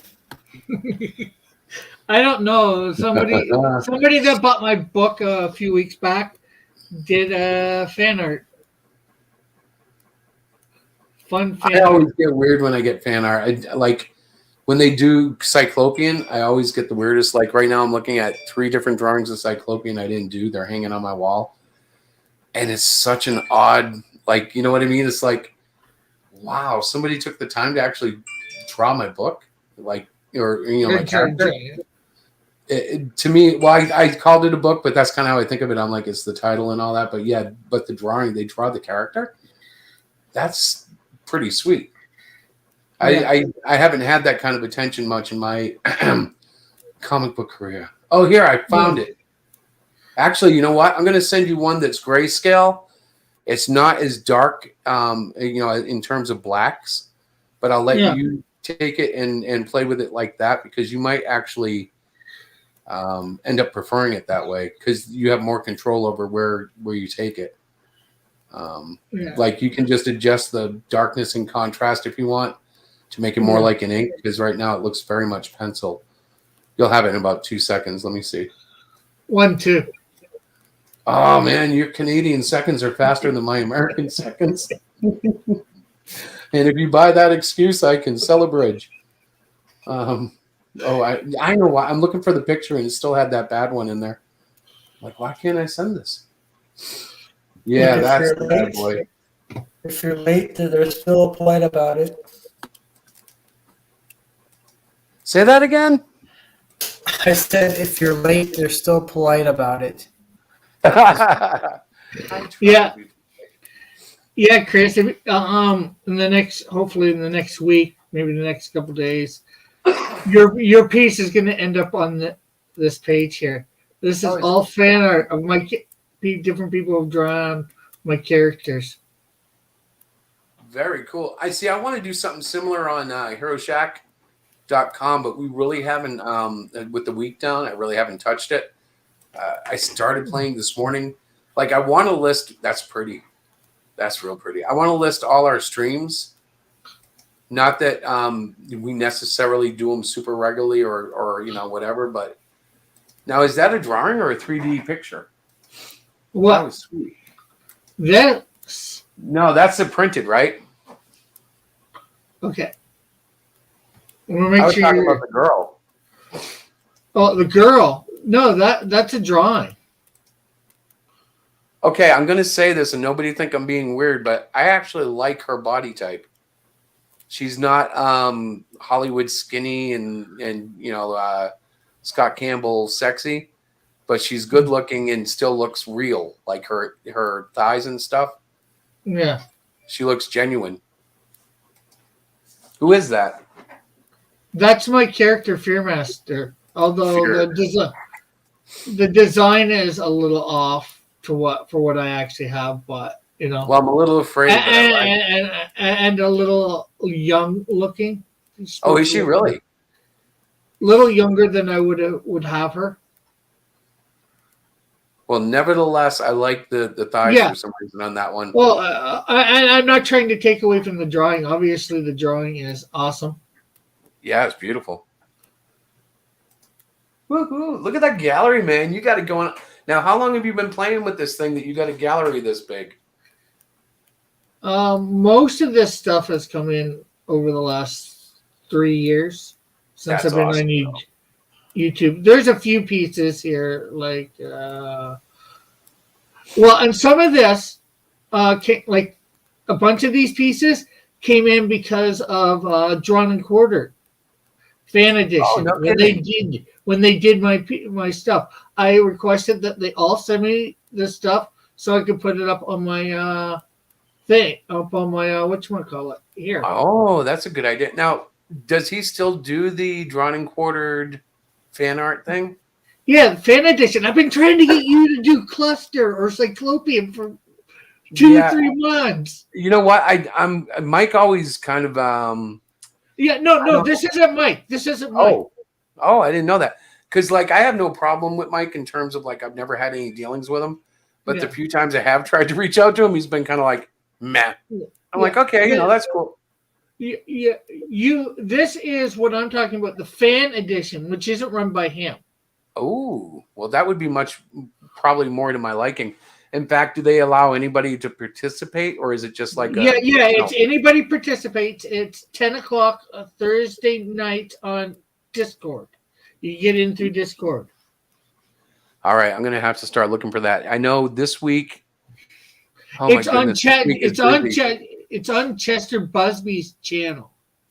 Okay. And they don't do the same thing Mike does the same stuff Mike does every week. They initially did.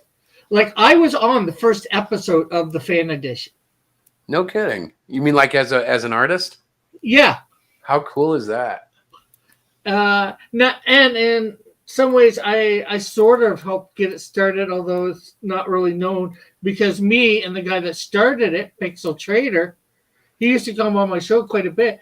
And I said shortly after Mike started it, we were, I'm not sure whether it was on air or off air talking afterwards. I said we should get like an amateur edition done, do an amateur edition.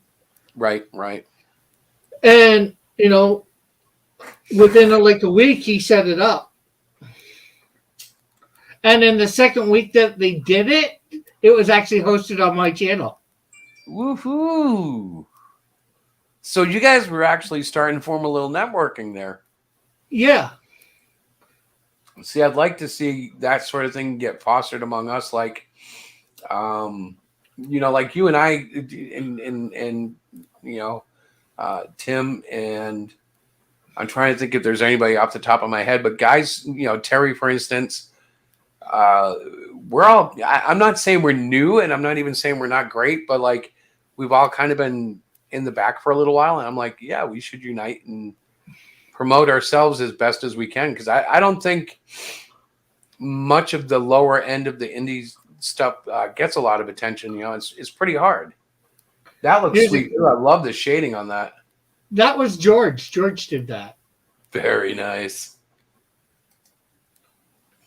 Yeah, George has definitely got a lot of talent. I mean, a lot of people laugh at his jokes and think he's silly, but he knows what he's doing.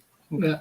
This John Dillard did this. In fact, John Dillard won the first fan edition of Drawn and Quartered, and he shamed Mike into putting him on the Pro Edition because of winning the fan edition, and then John won the Pro Edition. Now, is that Buckler? Is that the Buckler creator? Yeah.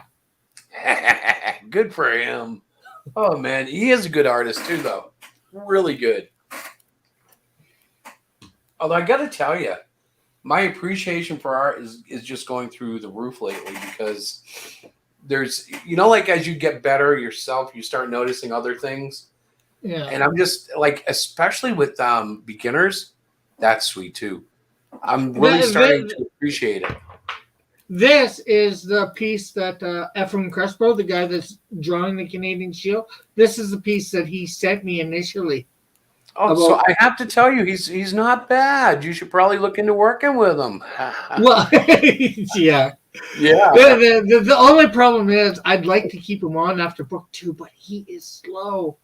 But then again, he's been having medical problems too. So it's with the quality of the shading and stuff, like that's one of the reasons I've gone to digital, and now I'm trying to recreate that same like shaded feel, because the digital, I didn't have that, especially over the last 2 years. But that takes some time and some thought and knowledge of light and source, but that was beautiful. That was like, yeah. Like here's one somebody did my character the Flame years ago. This was done before I was on YouTube. Very nice. I do prefer it. I'm gonna. What was that guy's name? Eric? No, that wasn't Eric. That was your current artist. Ephraim. Ephraim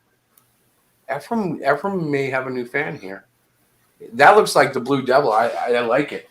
This is my. It's a bit more cartoony version. I have an aquatic angel.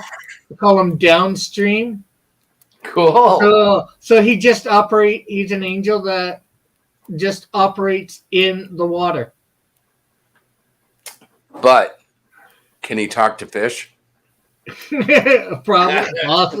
Possibly. Yeah, like I've created all sorts of weird looking angels and demons. And another one, Super Ashley. No kidding. She kind of looks like an anime Archie girl. Yeah, well, I didn't create her like this, but the artist that did it, Die Comics. Yep. There says Die Comics. He just drew her up, and those 3 were before I came on YouTube. This might be 2. This one here. I'm not sure whether you know who Matt Cosson is. Not. Oh, wait a minute. Why does that? The art looks familiar, not the Canadian Shield part, but his style looks familiar. Who is he? Well, I was going to say, I'm not sure whether you know who Matt Cosson is. Do you know who? You might have heard his name. He is a friend of Mike's. He's been on Drawn and Quartered quite a few times. Is he a professional? Semi. I swear I've seen the style of arms with the small wrist, the small fist, the weird, like all the body bulges. Yeah, and I can't place it. Well, Matt didn't do this, but his brother did this. Okay. I met him, Matt, and his brother when I was down in LA for Alpha Omega Con, which is a Christian Comic Con. That's actually, that sounds like one too, doesn't it? Alpha Omega? Like every Christian in the room knows exactly where that comes from. Exactly. Okay, so I sent you the storyboards, and then there's another email that has all the reference drawings. Cool. I will go check that out.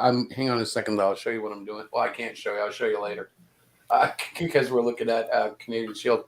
I've just been sketching out, talking to Rick. I'm like, I wonder how big I can make muscles, and then showing me that guy. It reminds me of the Megaton Man. Have you ever heard of him?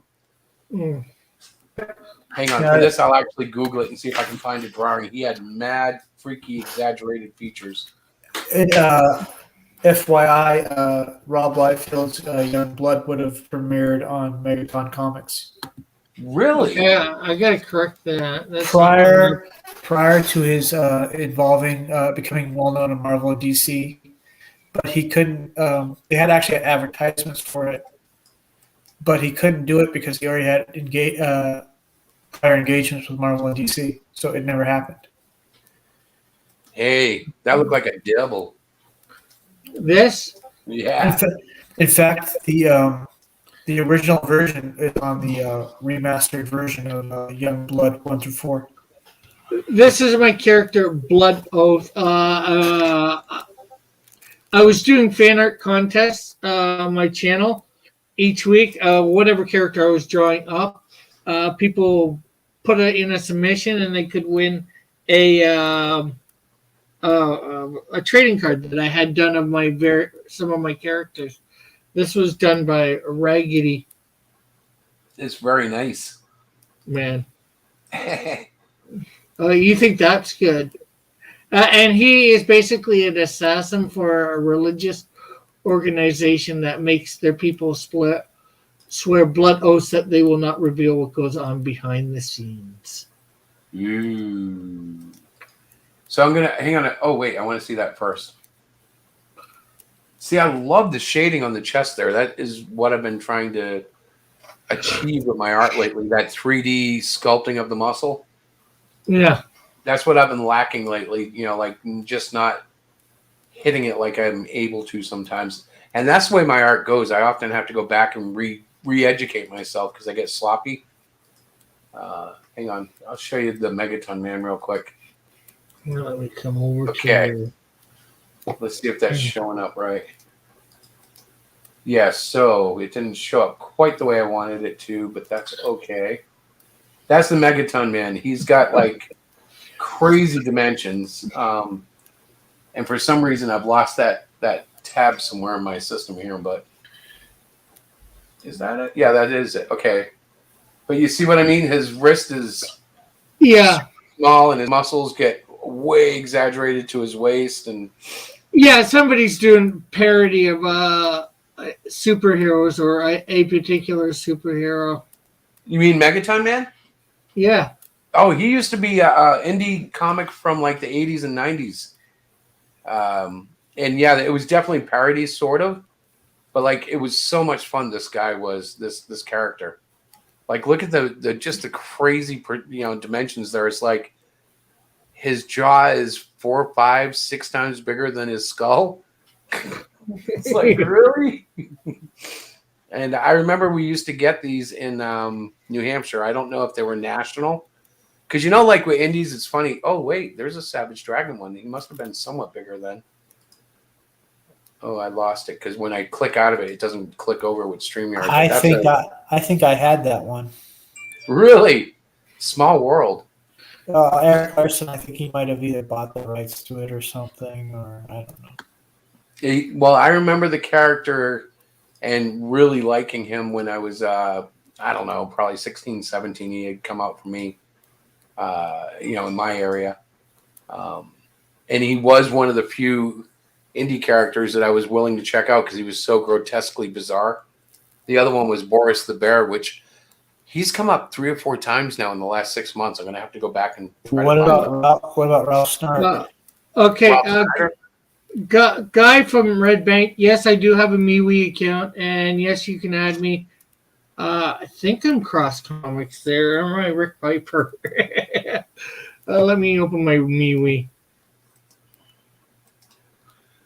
Oh, MeWe. I think I tried to do MeWe once and I got lost. Was that one of the ones? Did you go wee all the way home? Yeah, and I might have misspelled it because I had been drinking a lot of water that day. I might have been me pee. But good thing we don't have a lot of viewers, right? This kind of humor would just sure kill my reputation.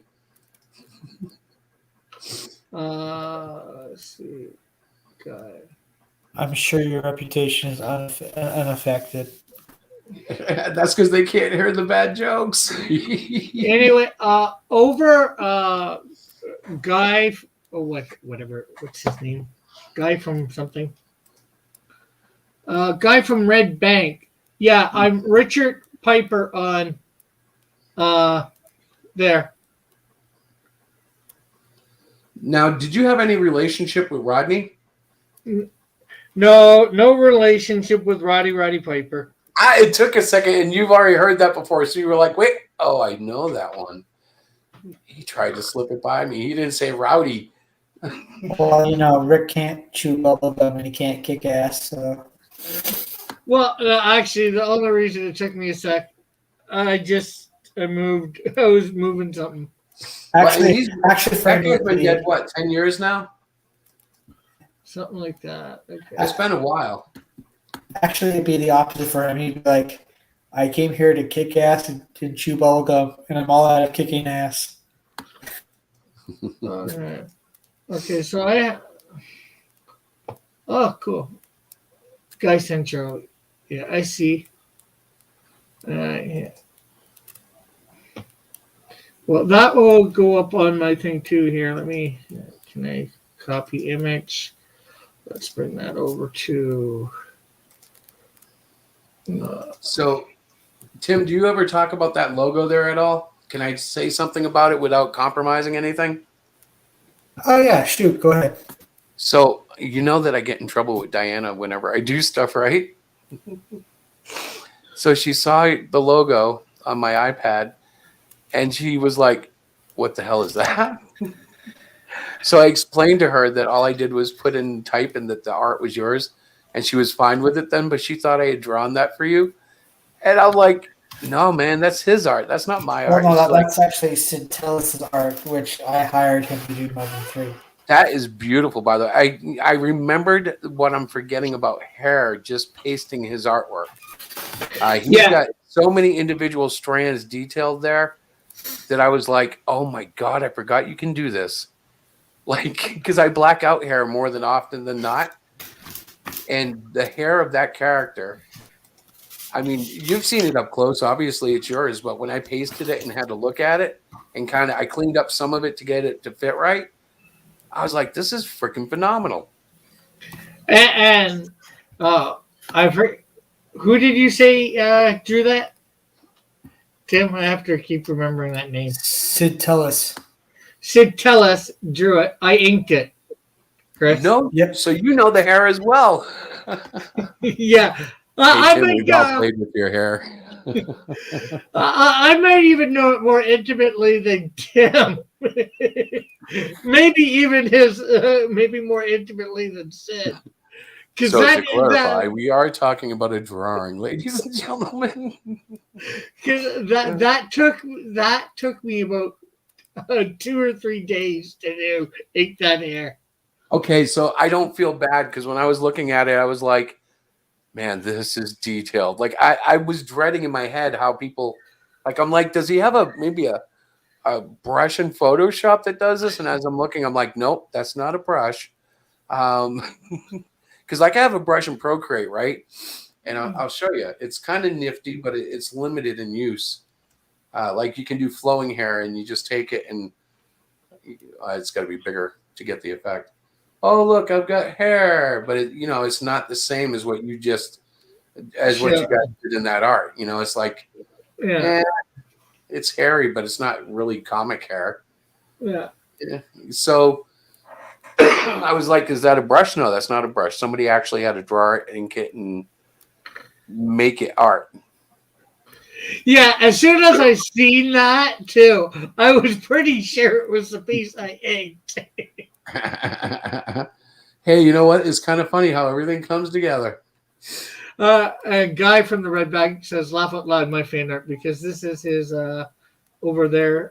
What I'm showing is the fan art he did for the Canadian Shield. Oh, I like that. The shadowing is like looking at it, I feel like he's in a bright light with some hard shadows. That's actually a cool effect. Mm. You know what I mean? Like if he was maybe facing into a lightning laser storm or something. I don't know. Maybe I'm just getting weird and tired. You guys do know I'm weird and tired, right? No, I wouldn't guess that. Well, the weird part should be evident. How can I tell if you're weird or if I'm weirder than you? Well, we could always take a COVID test. And I don't know why I said that. No, just strike that. I denounce that statement.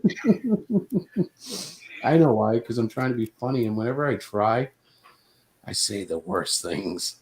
Hey, Sketchbook is in the chat. Hey, what's up, brother? God bless you, man. I hope that's the sketch, because there's another sketch that isn't so friendly. Yes, Sure, yeah. trust me. I said sketchbook, not sketch therapy. Yes, you're right. That's the difference. See, I told you I say stupid things all the time. Now I'm just kind of drawing Doughboy here. Well, guy from Red Bank, hopefully within the next week, your piece, and it'll be, say, guy from Red Bank. Unless you want me to use the name from MeWe, it's up to you. You can let me know. Well, I got to ask a question. Will be on my fan art page. So at the bottom. Is his name okay? So is his name Guy, or is that meaning like a guy from Red Bank? Because Guy is also like a first name as well. But it's you know what I mean? Like it could be his first name. I like a dude from you know what I mean?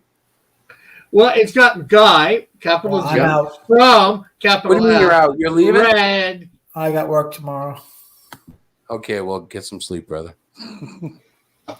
I'm still flying high on steroids. Remember that yawn? It like faded and my fourth wind hit.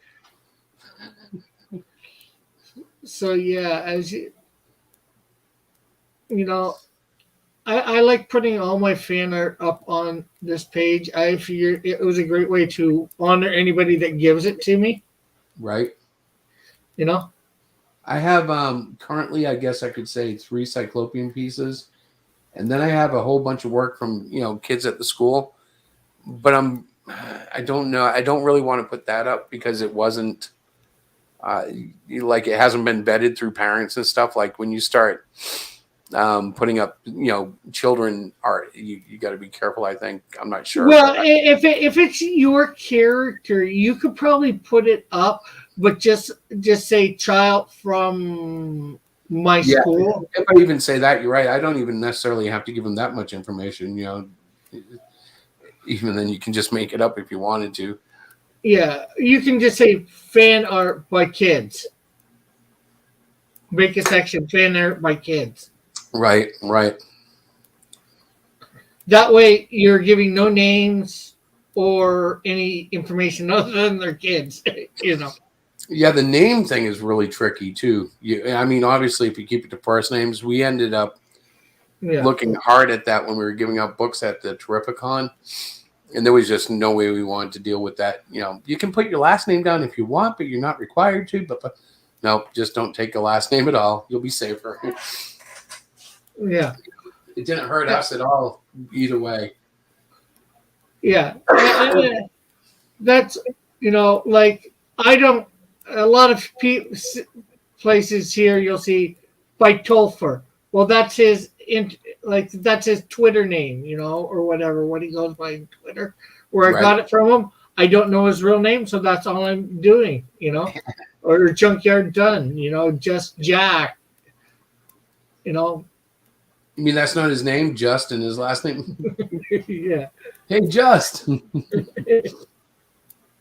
God, I'm losing my humor by the moment. And most of these weren't, I think, I'm not sure whether, I've colored almost all of these too. All the black and white ones of the Shield from John and Quarter, I've colored them. And did it color live on stream. Really? Like during Drawn and Quartered, or like during your own stream, or during my own streams? Right. Okay. So I've kind of seen you do that. That's cool as crap. I don't really have a lot of guts when it comes to my coloring. I do think my coloring is improving all the time, but it's like if you knew the ways that I color, you'd be like, dude, that's not how you should do that. You know what? I get that all the time. Oh, do you?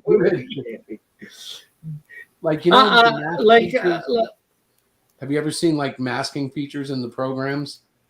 I think so. I never use them. I always cut out stuff and create my own. What I'm actually doing is creating my own mask, like almost like doing it the hard way instead of what they're doing.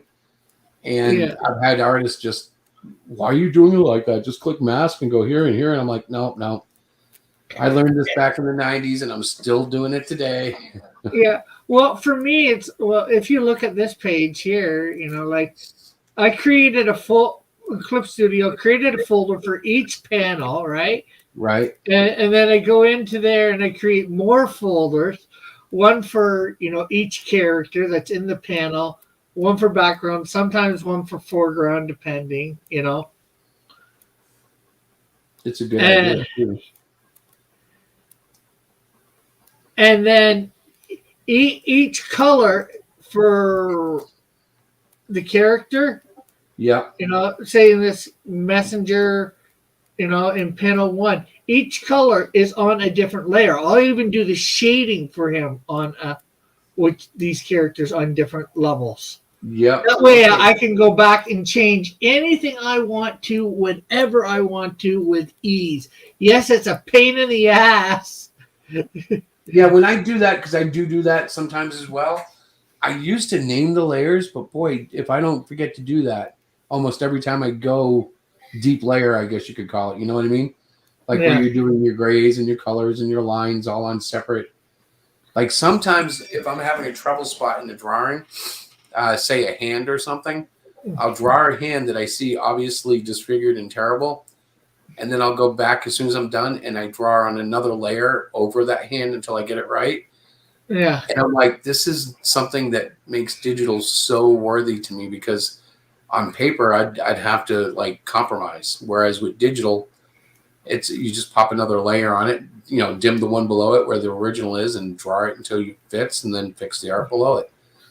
Drop the layer, mark it up, and boom, you're done. Guy from Red Bank says, okay, I have to go. Take care, guys. Okay, you too, Guy. Yeah, nice talking to you, Guy. I suppose I should be going soon, too. It's almost, 1 o'clock? Yeah, yeah, I probably should, too. I got to get up for church in the morning. I'm being selfish. I'm like, I think I want to play some F-Zero tonight. And where'd Tim go? He left to go to work, Timothy.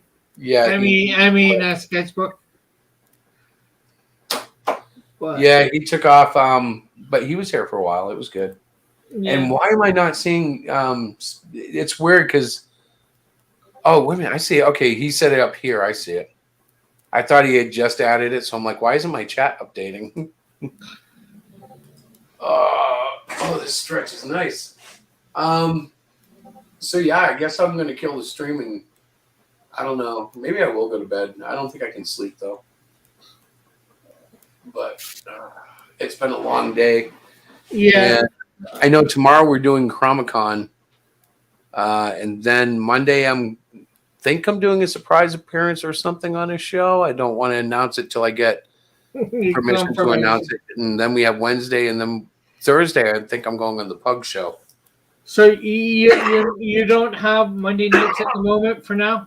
I don't have what? Monday nights? Actually, I want to do Monday nights. I think we're going to be sneaking in something tomorrow night, or that's not Monday, the night after.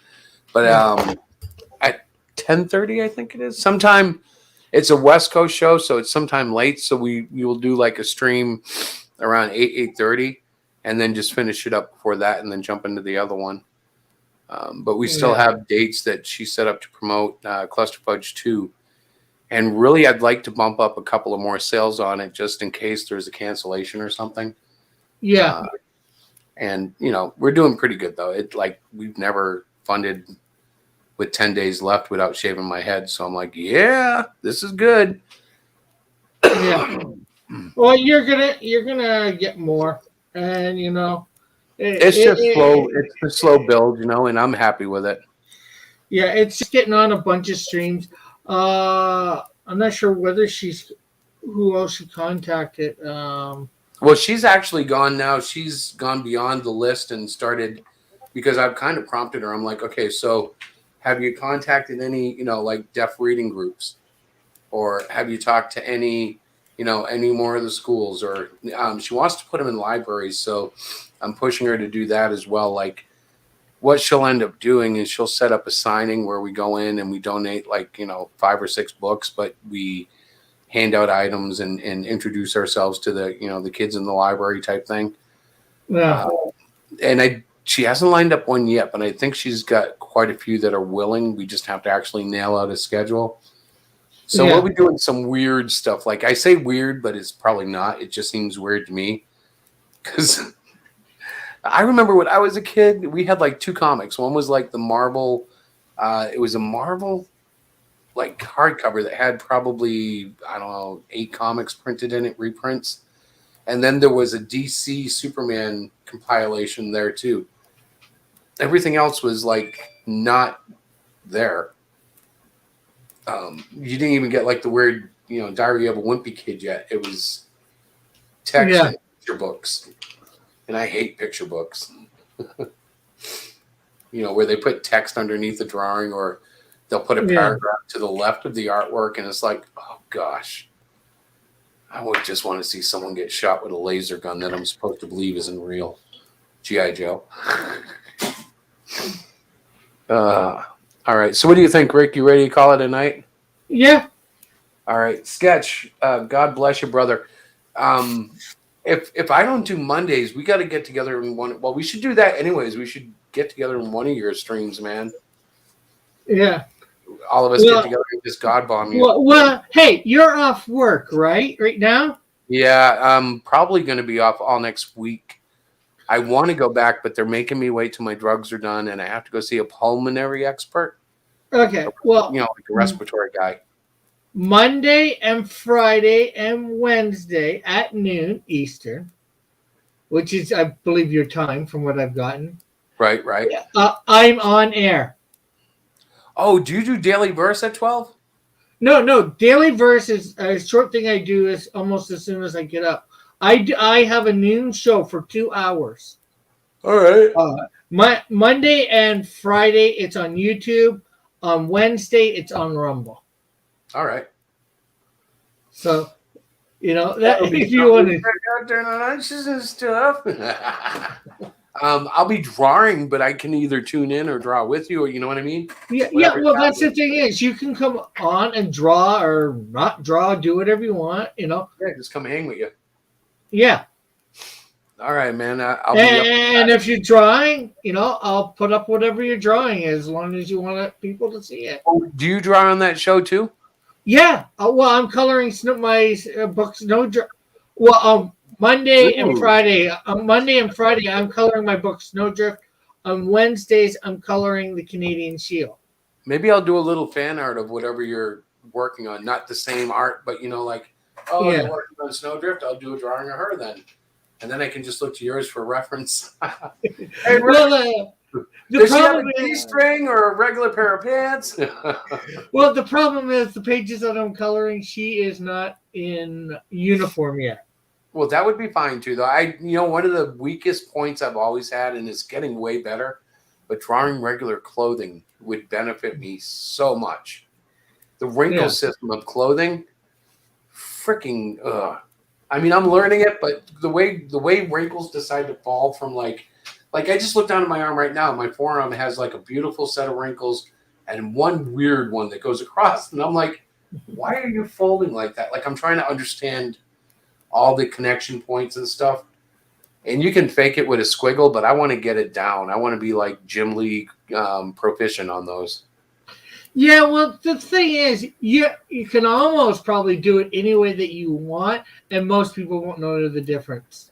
That's true. It's one of those things where I go absolutely bonkers over something I could just not worry about. I need to start worrying about back. Wow. We'll talk about this later. There's a lot of things I need to worry about in my art, but it's fantastic nonetheless. Yeah. All right, brother. God bless you. God bless. God bless everybody up there at Night Sketchbook. Yes. And don't forget, check us out later. And testify if you're still listening. We're praying for him. Yep. God bless you, brothers.